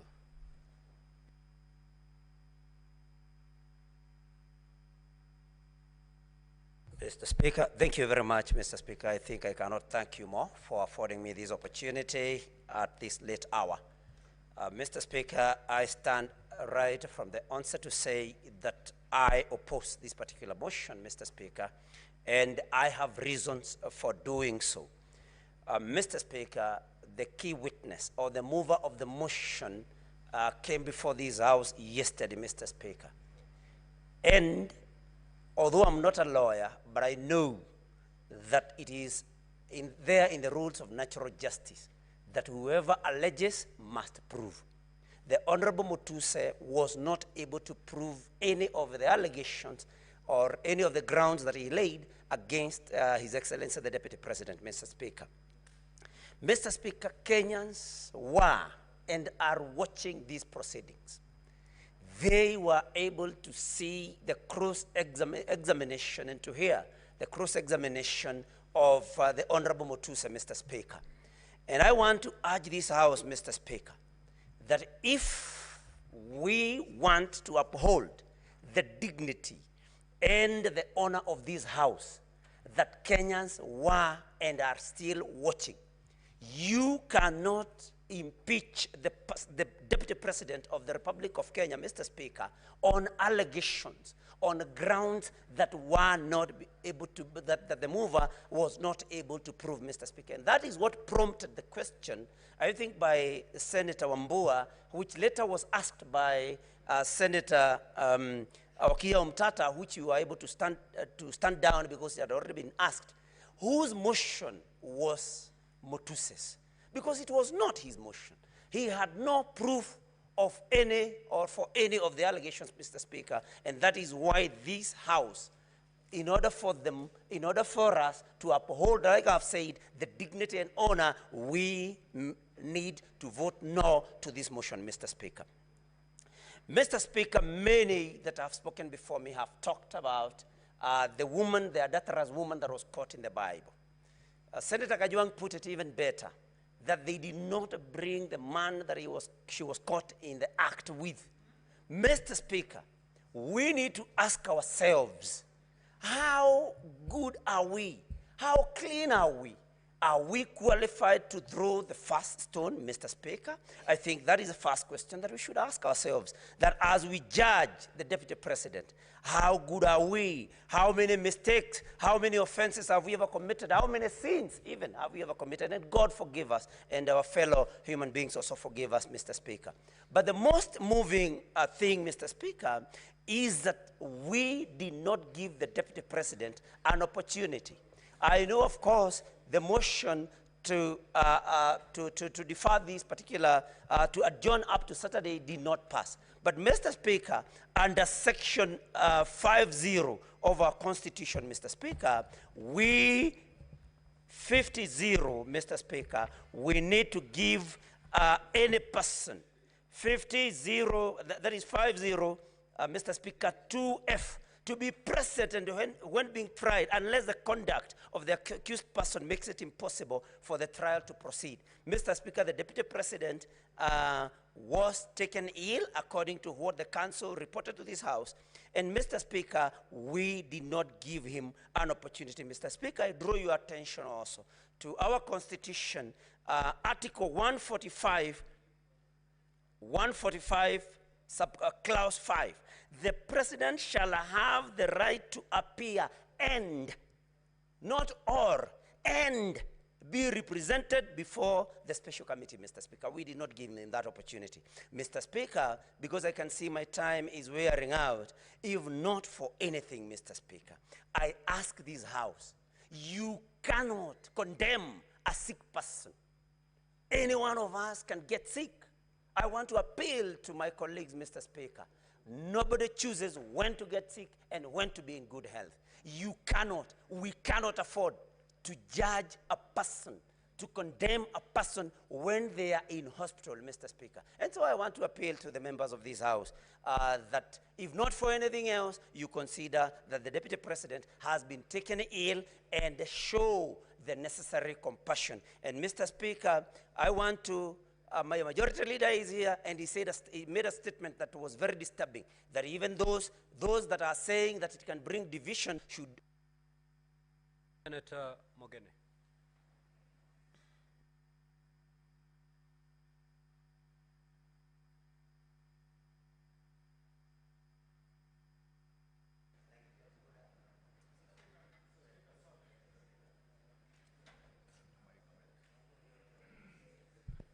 Mr. Speaker, sir, first on my own behalf and on behalf of the people of the great county of Nyamira, I want to send a message of quick recovery to His Excellency President Rigathi, and we wish him a speedy recovery. Mr. Speaker, the Bible says in the book of Ecclesiastes 3, verse 1, that there is a season for everything. There is a season to be born politically and a season to die politically. That's biblical. The Speaker, I've agonized. Mr. Speaker, I've gone through a lot of soul searching. Mr. Speaker, as I listened to the evidence that was tendered against,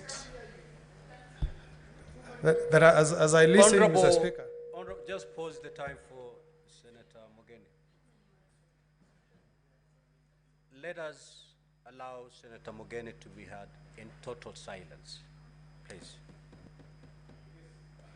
Speaker, as a lawyer and a person who witnessed the birth of the 2010 Constitution, Mr. Speaker, I strongly believe, Mr. Speaker, that Kenya belongs to all the 42 plus tribes, Mr. Speaker. And what has disturbed me, Mr. Speaker, for the 2 days I've sat here, Mr. Speaker, what would happen to my community in Kisii and in Nyamira if we ran our government through this theory of shareholding? Mr. Speaker, as I speak tonight, Mr. Speaker, the people of the two counties of Omogusi, Nyamira and Kisii are victims of that theory of shareholding. That community, Mr. Speaker, called Omogusi, has got no even a single PS serving in government, Mr. Speaker. Mr. Speaker, as we speak this evening, Mr. Speaker, the Omogusi people, Mr. Speaker, have been the biggest victims of this theory of shareholding. Mr. Speaker, the Constitution that we enacted in 2010, in Article 27, Mr. Speaker, clearly states that we should not discriminate, Mr. Speaker. I hope, Mr. Speaker, when I cast my vote tonight, I'll be sending a message from the people of Nyamira, Mr. Speaker, that a government is formed for all the tribes in the Republic of Kenya, Mr. Speaker. I've agonized, Mr. Speaker, on the issues that have been brought in this motion, touching on the widow and the children of the late Governor for Nyeri, Gachagua. And Mr. Speaker, I wondered if adverse statements and inferences have been made touching on the conduct of the Deputy President against the widow of the former governor and the children of the late governor, the nephews of the Deputy President. Why, Mr. Speaker, I ask as a father, why, Mr. Speaker, did the widow and the children of the late Governor Gachagua swear an affidavit to dispel all the things that have been said against a scheme of swindling those children? Why, Mr. Speaker? Why didn't they swear an affidavit, Mr. Speaker? That has troubled me a lot. And as I cast my vote tonight, Mr. Speaker, I'll be casting my vote for those children who lost their mother, who lost their father, but who were not given an opportunity, Mr. Speaker, to appear before this House and tell us, Mr. Speaker, that there has not been any wrongdoing from the Deputy President to those children. Count number 1, count number 8 is about the utterances that were made by the Deputy Speaker. I hope, Mr. Speaker, that the person who will occupy that coveted position of Deputy President will reflect on what John says in chapter 3, verse 5. Mr. Speaker, the Bible says that the tongue is a small part of the body, but the tongue is also fire, and it's a world of evil among parts of the body. If the Deputy President had checked his utterances, Mr. Speaker, perhaps we will not be having this motion this evening. So, as we vote tonight, Mr. Speaker, let's also learn. Let's also learn from what the tongue has done to Honorable Gachagua. I will vote, Mr. Speaker, where I'm convinced that allegations against the Deputy President have been proved. I reserve my vote to be cast at the right time. Senator Boni.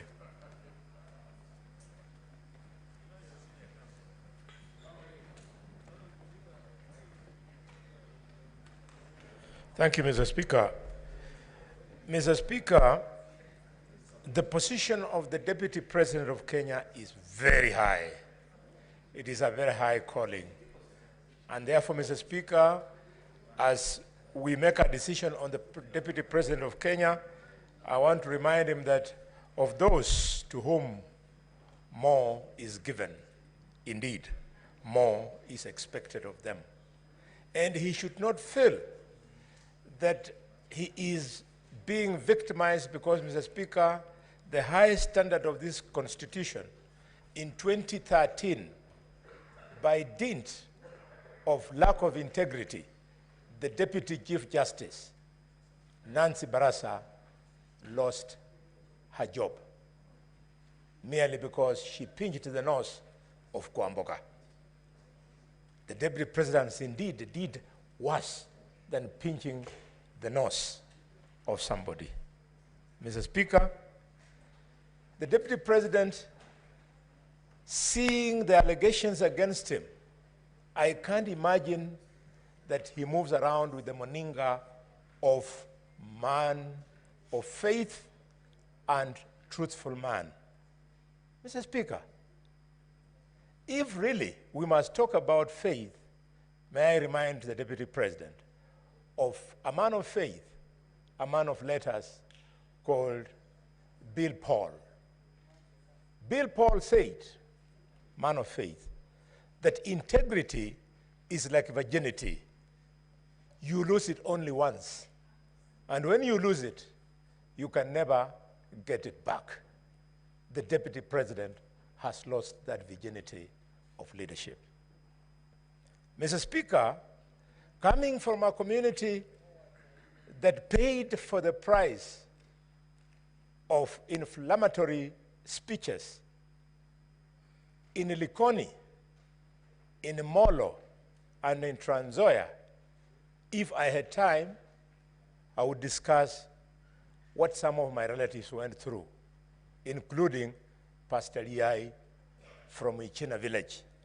Mr. Speaker, during the tribal clashes of 1992 and 1997. I would like to remind the Deputy President of the post-election violence of 2007, 2008. One of the reasons why we had to have this progressive constitution that will be removing him, hopefully, this evening from office. Mr. Speaker, even as we ask the Deputy President to leave office, we must insist that the DCI and the ESCC and other investigative institutions must pursue this matter beyond this vote. I have on mind, Mr. Speaker, the activities of the intricate web of companies up to 22, so to speak. The reason I believe young Mutuse could not bring all this, dear senators, colleagues, is because effort requires money, requires time to do all that research. Some of them you have to do clandestine for you to get information. I believe that if the Deputy President had taken the dog, we were going to completely undress him. We would have asked him to justify what activities each and every one of those companies was doing. It's part of the reason why he stepped down, Mr. Speaker. Mr. Speaker, I have evidence, which I don't wish to be part of the case, that as soon as the Deputy President's brother died, the wife went to the corporate branch of the cooperative bank and started crying there that the manager should stop the Deputy President from operating these accounts. Mr. Speaker, finally, the Deputy President must be investigated for the role. Senator Eddy.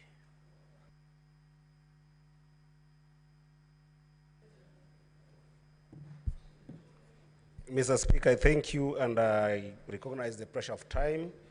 Mr. Speaker, I am here because of the kindness of the people of Migori County who sent me here that at such a time, Mr. Speaker, I need to be cautious of the Article 125 of the Constitution, which requires us as a House that in matters such as this, Mr. Speaker, we must behave like judges, because under Article 125 of the Constitution, Mr. Speaker, we sit as a High Court, Mr. Speaker.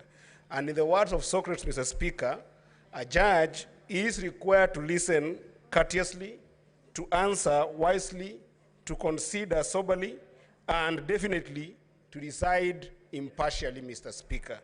There were 11 charges, Mr. Speaker, that were put before us, Mr. Speaker, and they were put to us in the context of Constitution 2010, Mr. Speaker. The Constitution 2010, Mr. Speaker, came in the backdrop of two very important historic moments in this country, Mr. Speaker, that I must reflect on, Mr. Speaker. Number one, Mr. Speaker, is the section paper number 10 of 1965, Mr. Speaker.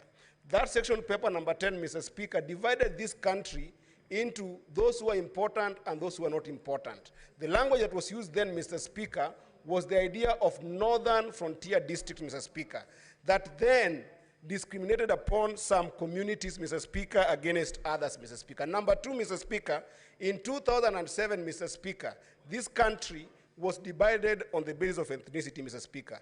And therefore, I rise to support this motion if my grounds, Mr. Speaker, after listening courteously and considering soberly, Mr. Speaker, are more than half of the charges, Mr. Speaker. And I find that ground 1, 5, and 6 on the utterances of the Deputy President, Mr. Speaker, violate Article 91 of the Constitution and Article 232 of the Constitution. We cannot have political parties, Mr. Speaker, that are founded on the basis of ethnicity and dividing national resources on the basis of ethnicity, Mr. Speaker.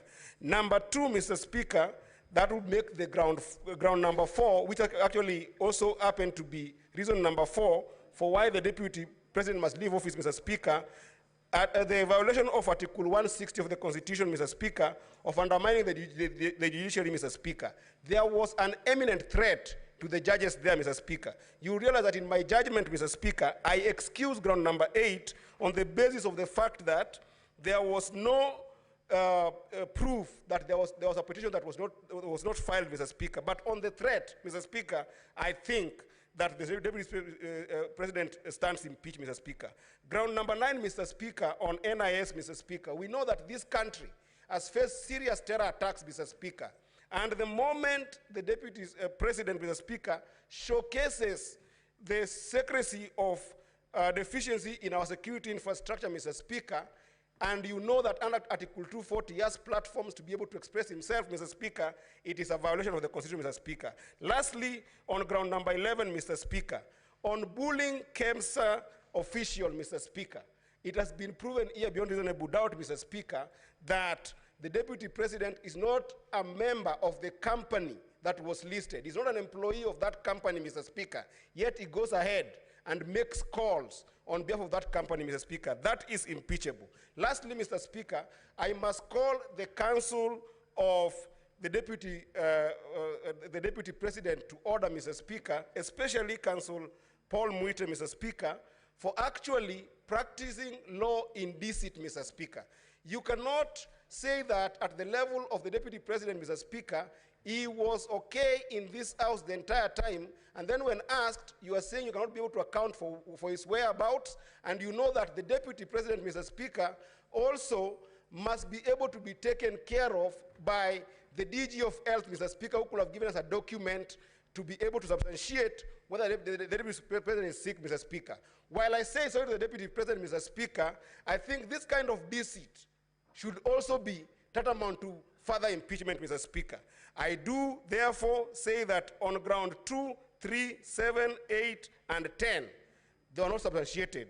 But on ground 1, 5, 6, 4, 9, and 11, Mr. Speaker, this is a fight against tribalism that is done by one individual that then we must... Senator Osotsi, unfortunately, you only have 4 minutes because we terminate at exactly 10:30. Thank you, Mr. Speaker. Mr. Speaker, I'll be so quick. Mr. Speaker, when the Deputy President was here, I remembered the saying of a famous philosopher, 19th century, Lord Acton, who said, power tends to corrupt, and absolute power corrupts absolutely. Mr. Speaker, a few of us here served with the Deputy President in the National Assembly.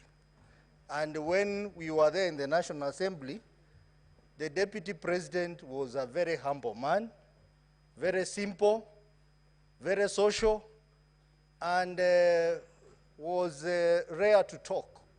But listening to the judges and having seen what has been happening around, this is not the same man. This is a different man.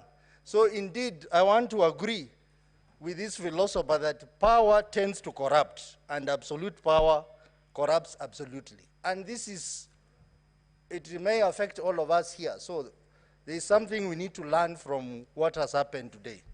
Mr. Speaker, I also want to congratulate the members here for their decency and maturity in conducting a fair trial.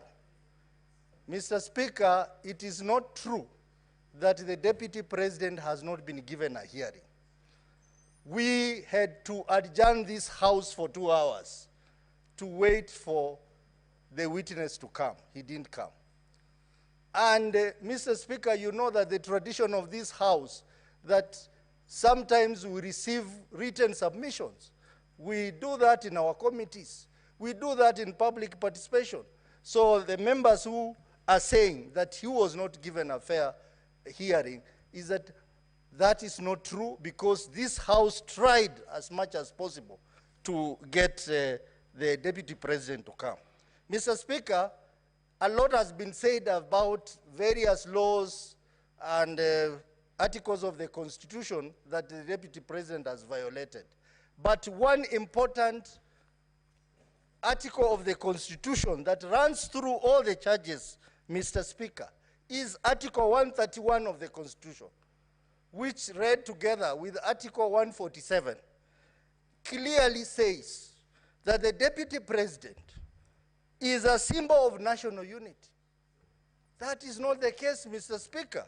Mr. Speaker, if you go ahead, Article 131(2) says that the Deputy President, by dint of Article 147, should respect and uphold and safeguard the Constitution. That is not the case. The Deputy President should promote and enhance the unity of the nation. That is not the case. The Deputy President should promote respect for diversity of the people and communities in Kenya.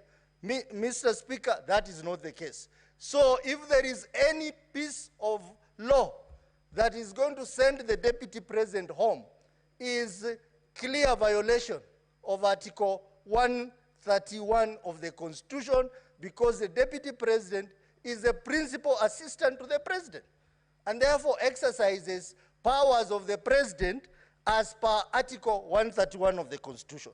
Mr. Speaker, if there is one charge, because we have 11 charges, that is going to send the Deputy President home, it's charge number 1. I listened to the evidence that was brought here by his counsel. That evidence of the coalition agreement of Kenya Kwanza was not sufficient, was not convincing. And in fact, Mr. Speaker, the Deputy President conveniently hid from... Your time is up. Majority Leader, you may now move to reply.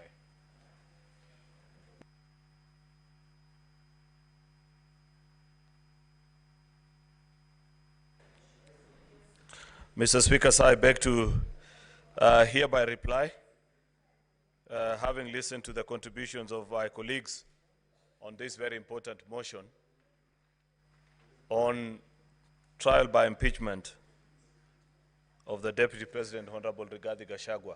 I want to thank colleagues that have taken time to give their views, both in support and those opposing this motion, because that's how you grow a democracy, Mr. Speaker.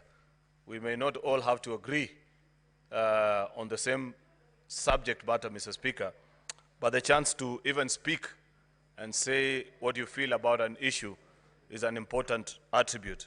Indeed, Mr. Speaker, I agree with the contribution that was made by one of the advocates for the Assembly, that comparing what you're doing today with previously what used to happen, where in the 1 o'clock news, vice presidents will be changed without any notice. And the elaborate process, Mr. Speaker, that we have gone through up to this point is great for our country. Mr. Speaker, I appreciate the National Assembly, the team of the Deputy President, Mr. Speaker, that has presented us with information to help us make a fair judgment of this case. Mr. Speaker, I strongly disagree with those that hold the view that the Senate hasn't been as fair to the Deputy President as perhaps they would have expected. To the best of my knowledge, Mr. Speaker, I think as a House, we did the best that was within our means. We granted the opportunity, was given sufficient notice, Mr. Speaker.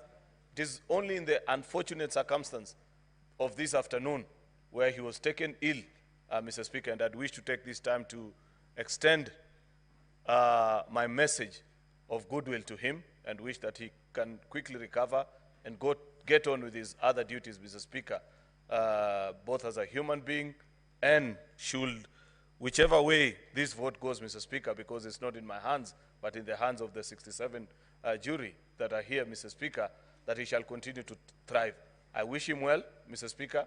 Like I observed earlier, this is a friend, and friends wish each other well under all circumstances. Mr. Speaker, you know, just as a final thought, I thought about the journey of the Deputy President and the tribulations that have occurred to him as occurrence to either his conduct or utterances.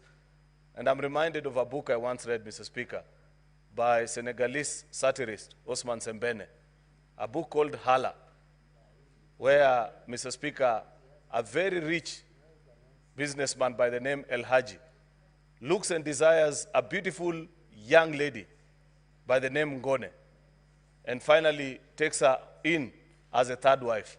Unfortunately, on the same night that he marries her, he develops erectile dysfunction, Mr. Speaker, and is not able to consummate the marriage.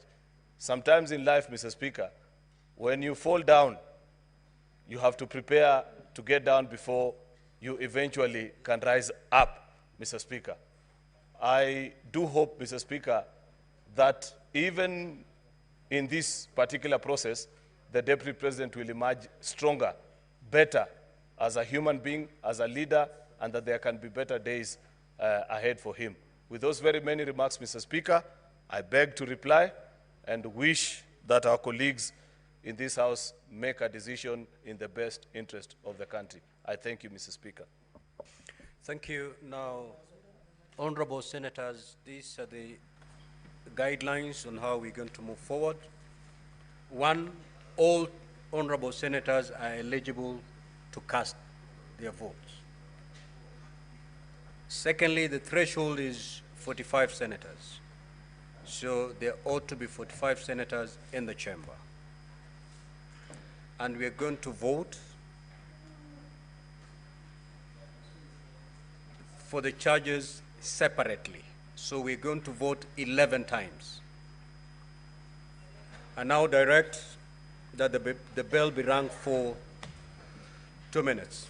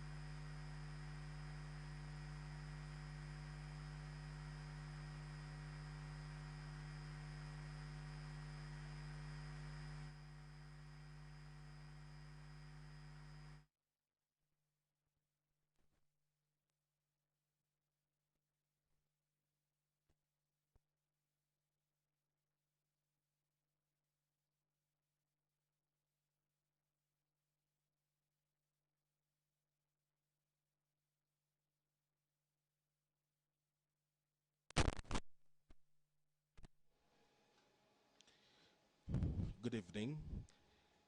These are live proceedings from the Senate chambers, and the senators are done debating the motion that was moved for the removal from office by impeachment .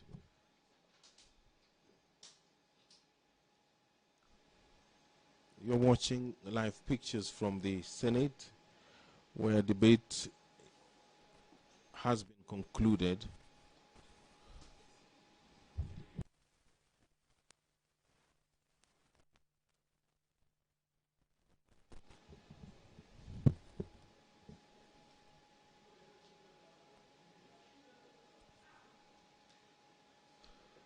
Good evening. You are watching live pictures from the Senate chambers, and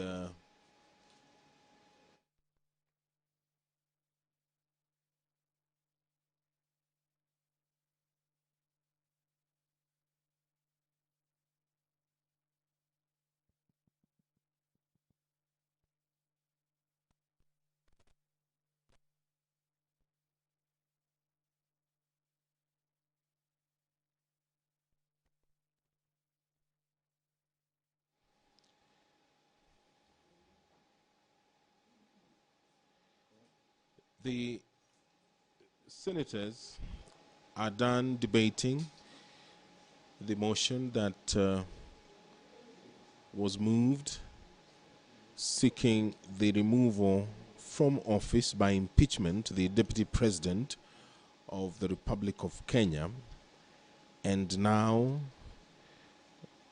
they are preparing to take a vote on the 11 charges that were brought forward against the Deputy President.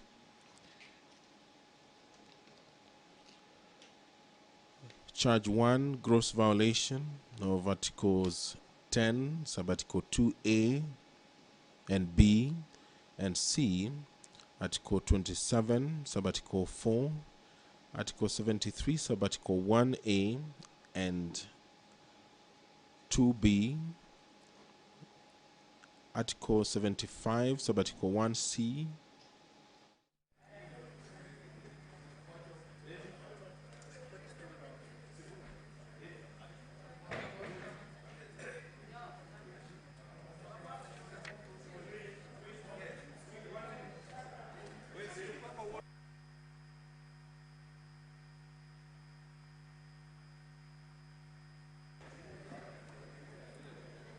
Clerk, has the bell stopped ringing?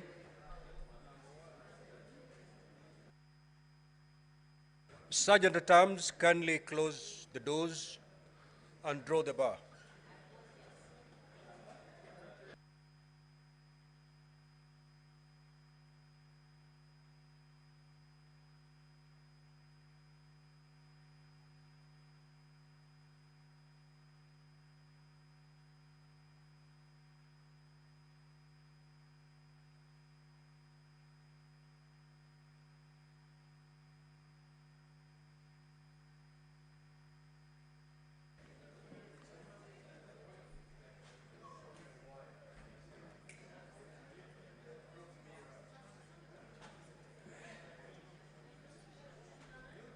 Clerk, can you do a head count to confirm that we have a minimum of 45 senators in the House?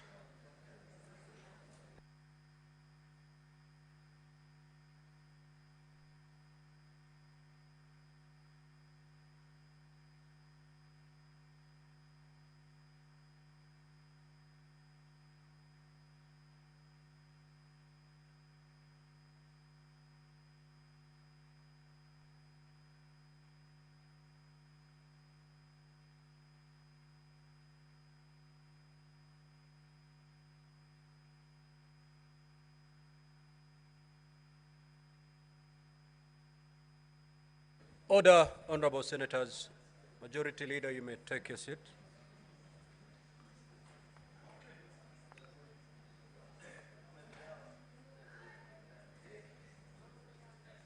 Now, honorable senators, we are moving to division. I will first put the question. Voting shall be electronically, and we shall be voting on separate charges. So we're going to vote 11 times this evening. I'll proceed to put the question. Honorable senators that are aware that the National Assembly on the 8th of October 2024 resolved, with the support of 282 members, being at least 2/3 of all members of the National Assembly, that pursuant to the provisions of Article 145(2), as read with Article 151(b) and 2 of the Constitution, and Standing Order 65(2) of the National Assembly Standing Orders, His Excellency Rigathi Gachagua, EGH, Deputy President of the Republic of Kenya, be removed from office by impeachment on the grounds specified in the special motion. Whereas by a letter reference NA/DLP/TBO/MTS/2024 into brackets 25, dated the 8th of October 2024, and received in the office of the Speaker of the Senate on the 9th of October 2024, the Speaker of the National Assembly informed the Speaker of the Senate of the approval of the special motion by the National Assembly, and further forwarded to the Speaker of the Senate documents in evidence of the proceedings of the National Assembly. Further, Whereas pursuant to Article 145, as read with Article 150, 1B and 2 of the Constitution, and Standing Orders 78 and 79 of the Senate Standing Orders, the Senate had the National Assembly on the grounds for the proposed removal from office by impeachment of His Excellency Rigathi Gachagua, EGH, Deputy President of the Republic of Kenya. And further, whereas pursuant to Article 145, as read with Article 150, 1B and 2 of the Constitution, and Standing Orders 78 and 79 of the Senate Standing Orders, the Senate also had His Excellency Rigathi Gachagua, EGH, Deputy President of the Republic of Kenya, on the grounds of his proposed removal from office by impeachment of the Deputy President of the Republic of Kenya.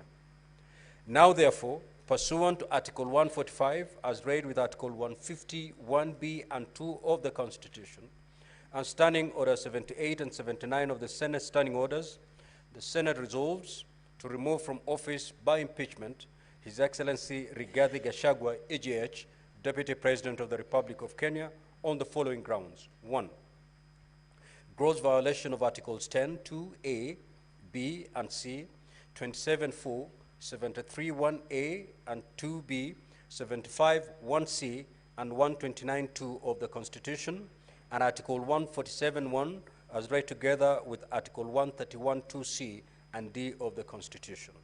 2, gross violation of Article 147(1) and 152(1) of the Constitution by undermining the President and the Cabinet and the effective discharge of the national government's executive mandates. Number 3, gross violation of Article 6(2), 10(2)A, 174, 186(1), 189(1), and the fourth schedule to the Constitution by undermining devolution. Number 4, gross violation of Article 161 of the Constitution on the institutional and decisional independence of judges. Number 5, gross violation of Articles 3(1) and 148(5)A of the Constitution on the fidelity to the oath of office and allegiance. Number 6, serious reason to believe that His Excellency the Deputy President has committed crimes under Section 13(1)A and 62 of the National Cohesion and Integration Act. Number 7, serious reason to believe that His Excellency the Deputy President has committed gross economic crimes under Sections 45(1), 46, 47(a)(3), and 48(1) of the Anti-Corruption and Economic Crimes Act, and Sections 2, 3, 4, and 7 of the Proceeds of Crime and Anti-Money Laundering Act. Number 8, serious reasons to believe that His Excellency the Deputy President has committed crimes by continuously misleading members of the public through false, malicious, divisive, and insightful remarks that are contrary to the provisions of Section 132 of the Penal Code and Section 29 of the Leadership and Integrity Act. Number 9, gross misconduct that is incompatible with the high calling and dignified status of the office of the Deputy President and a member of the Cabinet and the National Security Council. His Excellency, the Deputy President has publicly attacked and undermined the work of the National Security Intelligence Service and its officers. Number 10, gross misconduct by openly or publicly insubordinating the President, who is the head of state and government. And number 11, gross misconduct by persistently bullying state and public officers. As I've already indicated, honorable senators, voting shall be done electronically. So at this juncture, I will ask honorable senators to pull your cards out of the delegate unit. Sergeant at Arms, kindly go around and pick all the unattended delegate cards.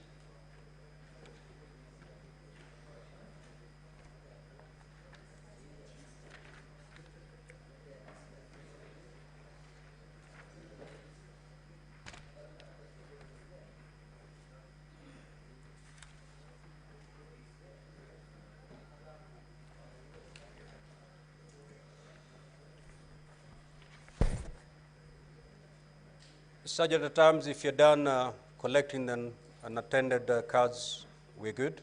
Now, honorable senators, you may log in back. As indicated earlier, we are will be casting our votes 11 times. So the vote you're going to cast at the moment is for charge allegation number 1, which is gross violation of Articles 10(2)A, B, and C 27(4). I had already read it out. So from this moment, it's beamed on the screens. So honorable senators, once you've logged in, you may now proceed to vote.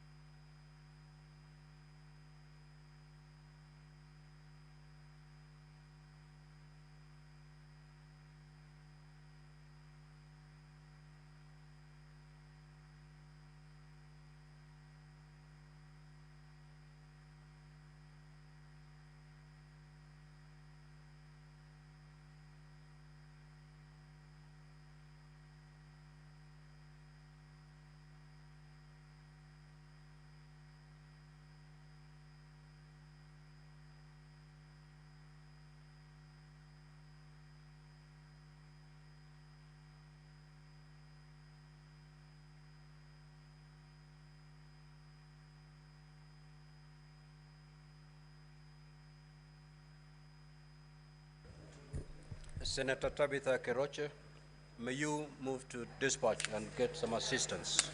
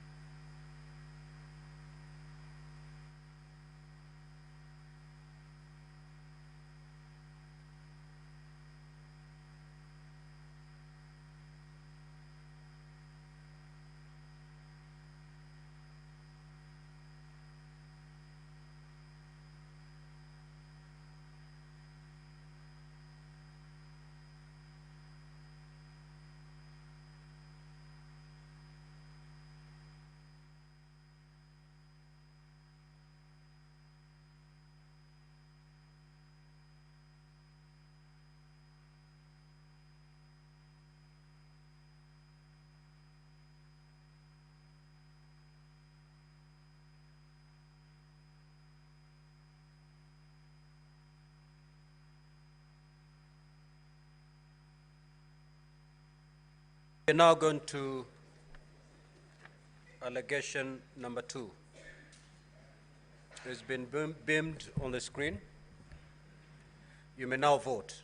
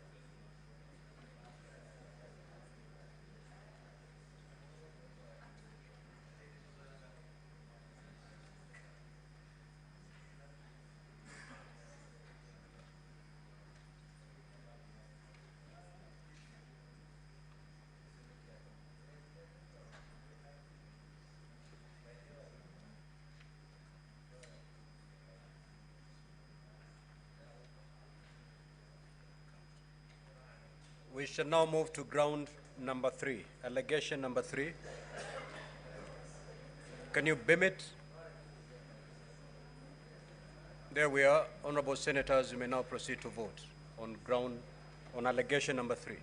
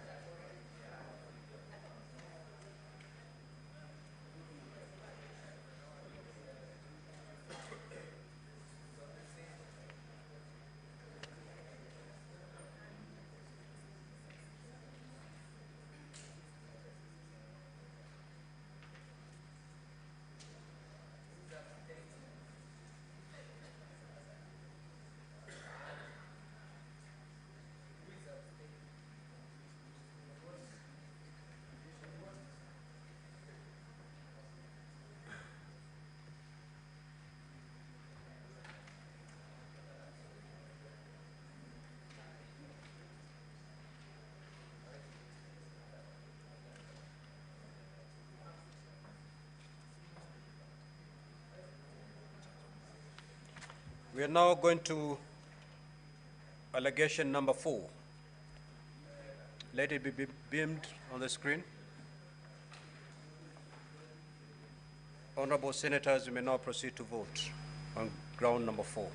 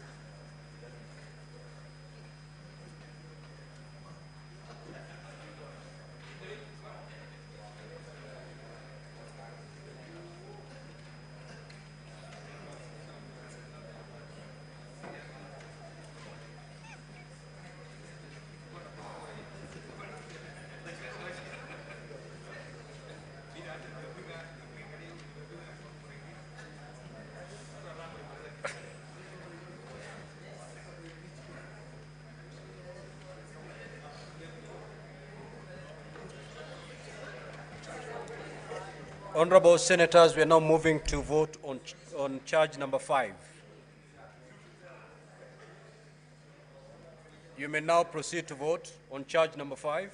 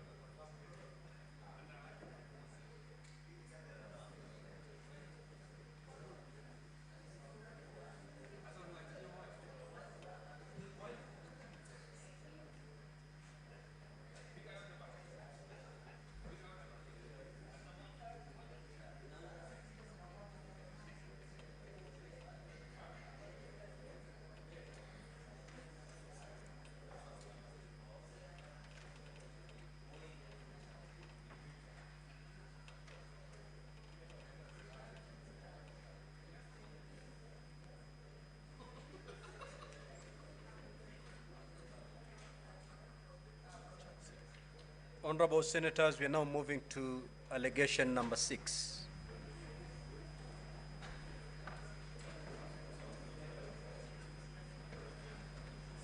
Honorable Senators, you may now proceed to vote on allegation number 6.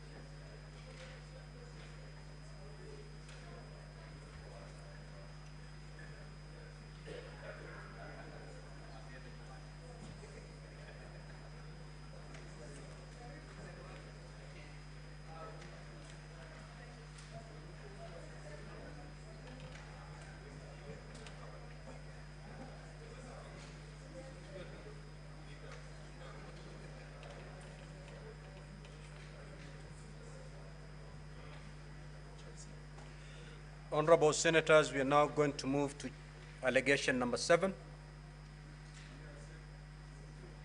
Honorable Senators, you may now proceed to vote on allegation number 7.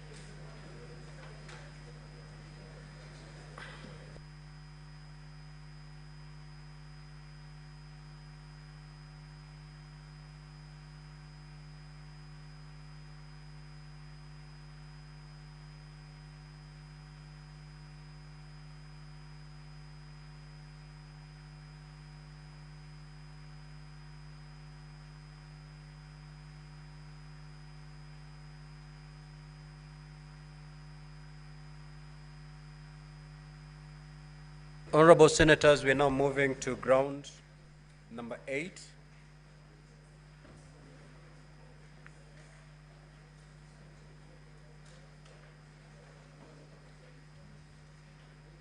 Honorable Senators, you may now proceed to vote on ground number 8.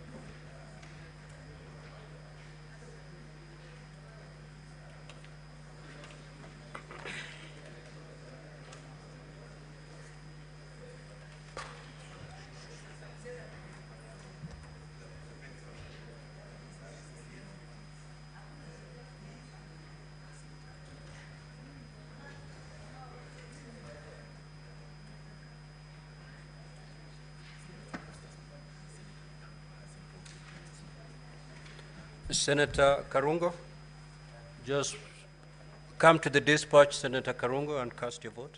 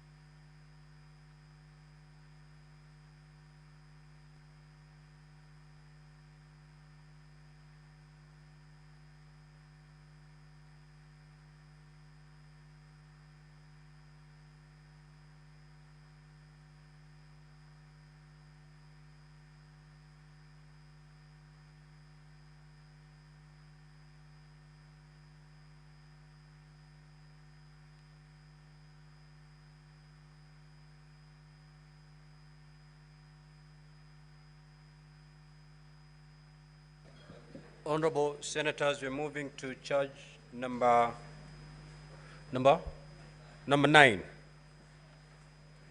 You may proceed to vote.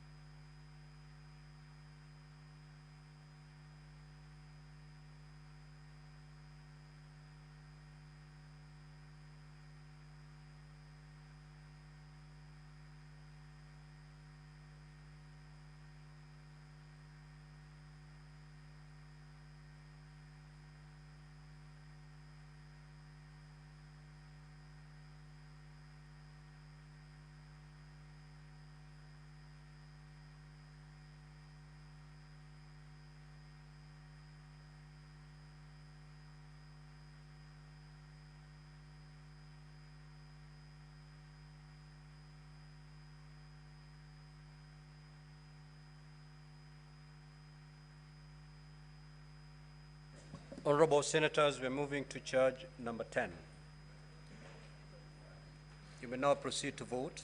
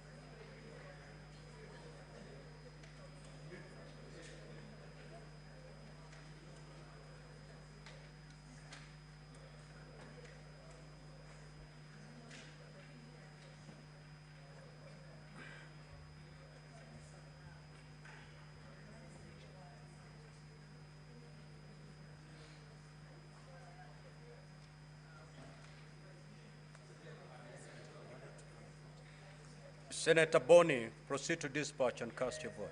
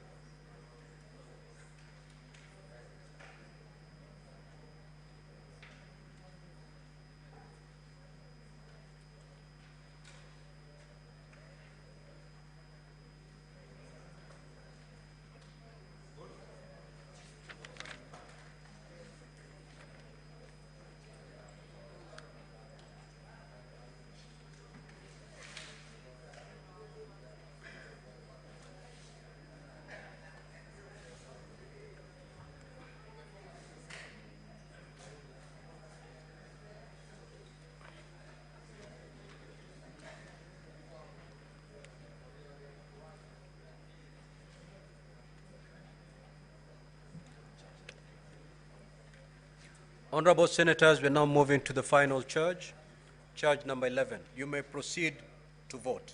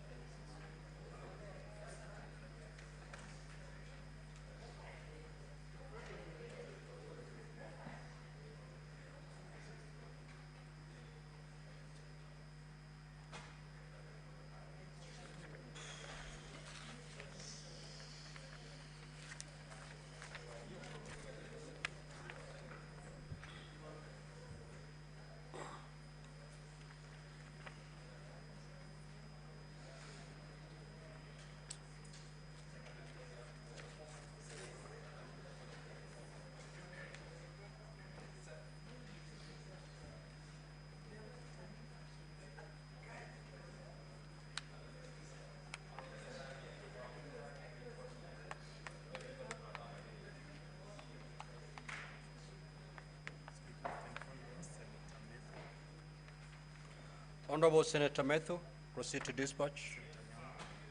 Senator Karen Nyamu, likewise. Senator Alan Chesang, proceed to the dispatch.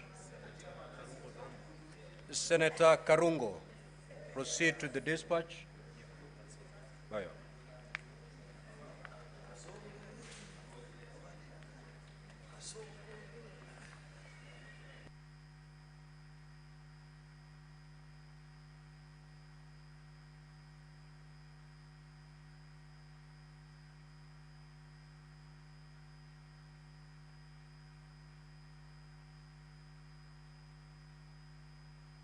Senator Miraj, proceed to dispatch and cast your vote.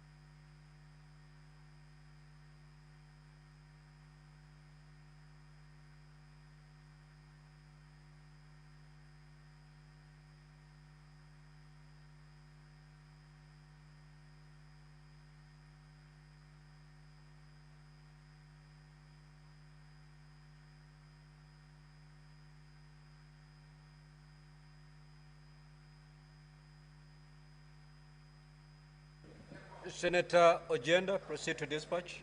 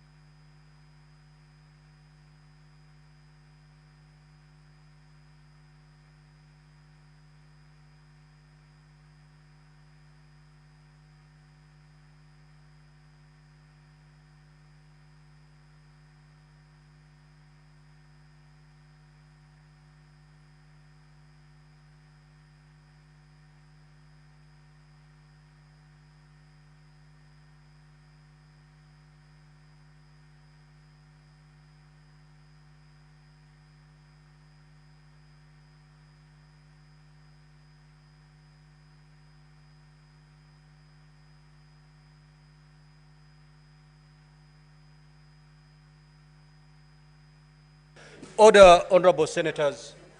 Senator Okoit Omtata, Senator Bass and Senator Oroba, please take your seats.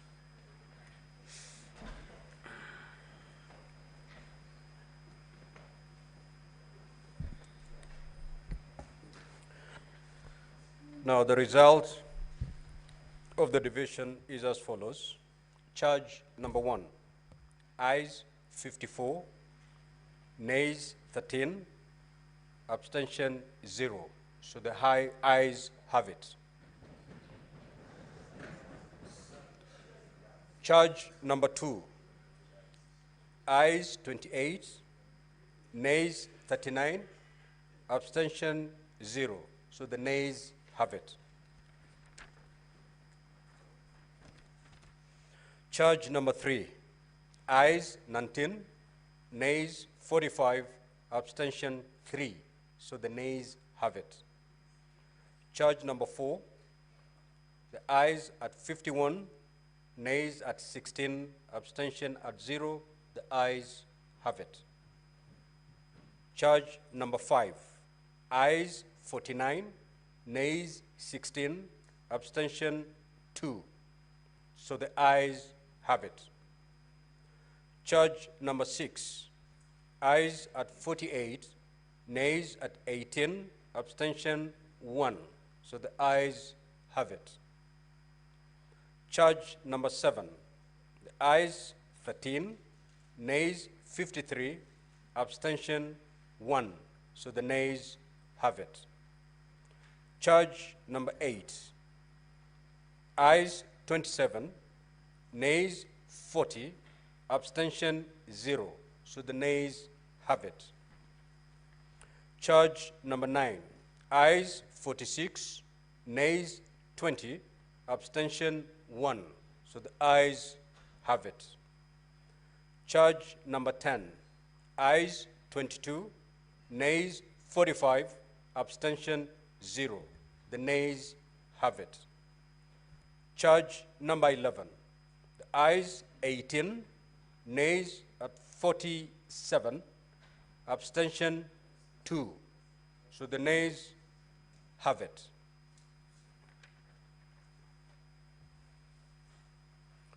Now, honorable senators, the result of the division indicate that the Senate has upheld the following impeachment grounds. 1, gross violation of Articles 10(2)A, B, and C, 27(4), 73(1)A, and 2B, 75(1)C, and 129(2) of the Constitution, and Article 147(1) as read together with Article 131(2)C and D of the Constitution. 4, gross violation, ground number 4, gross violation of Article 161 of the Constitution on the institutional and decisional independence of judges. Ground number 5, gross violation of Articles 3(1) and 148(5)A of the Constitution and the fidelity to the oath of office and allegiance. Ground number 6, serious reasons to believe that His Excellency the Deputy President has committed crimes under Sections 13(1)A and 62 of the National Cohesion and Integration Act. Ground number 9, gross misconduct that is incompatible with the high calling and dignified status of the office of the Deputy President and a member of the Cabinet and the National Security Council. His Excellency the Deputy President has publicly attacked and undermined work of the National Security Intelligence Service and its officers. Now, honorable senators, pursuant to Article 145(7) and 151(b) and 2 of the Constitution and Standing Order 78(8) of the Senate has resolved to remove from office by impeachment His Excellency Rigathi Gachagua, AGH, the Deputy President of the Republic of Kenya. Accordingly, His Excellency Rigathi Gachagua, AGH, ceases to hold office. I thank you. You may rise, honorable senators.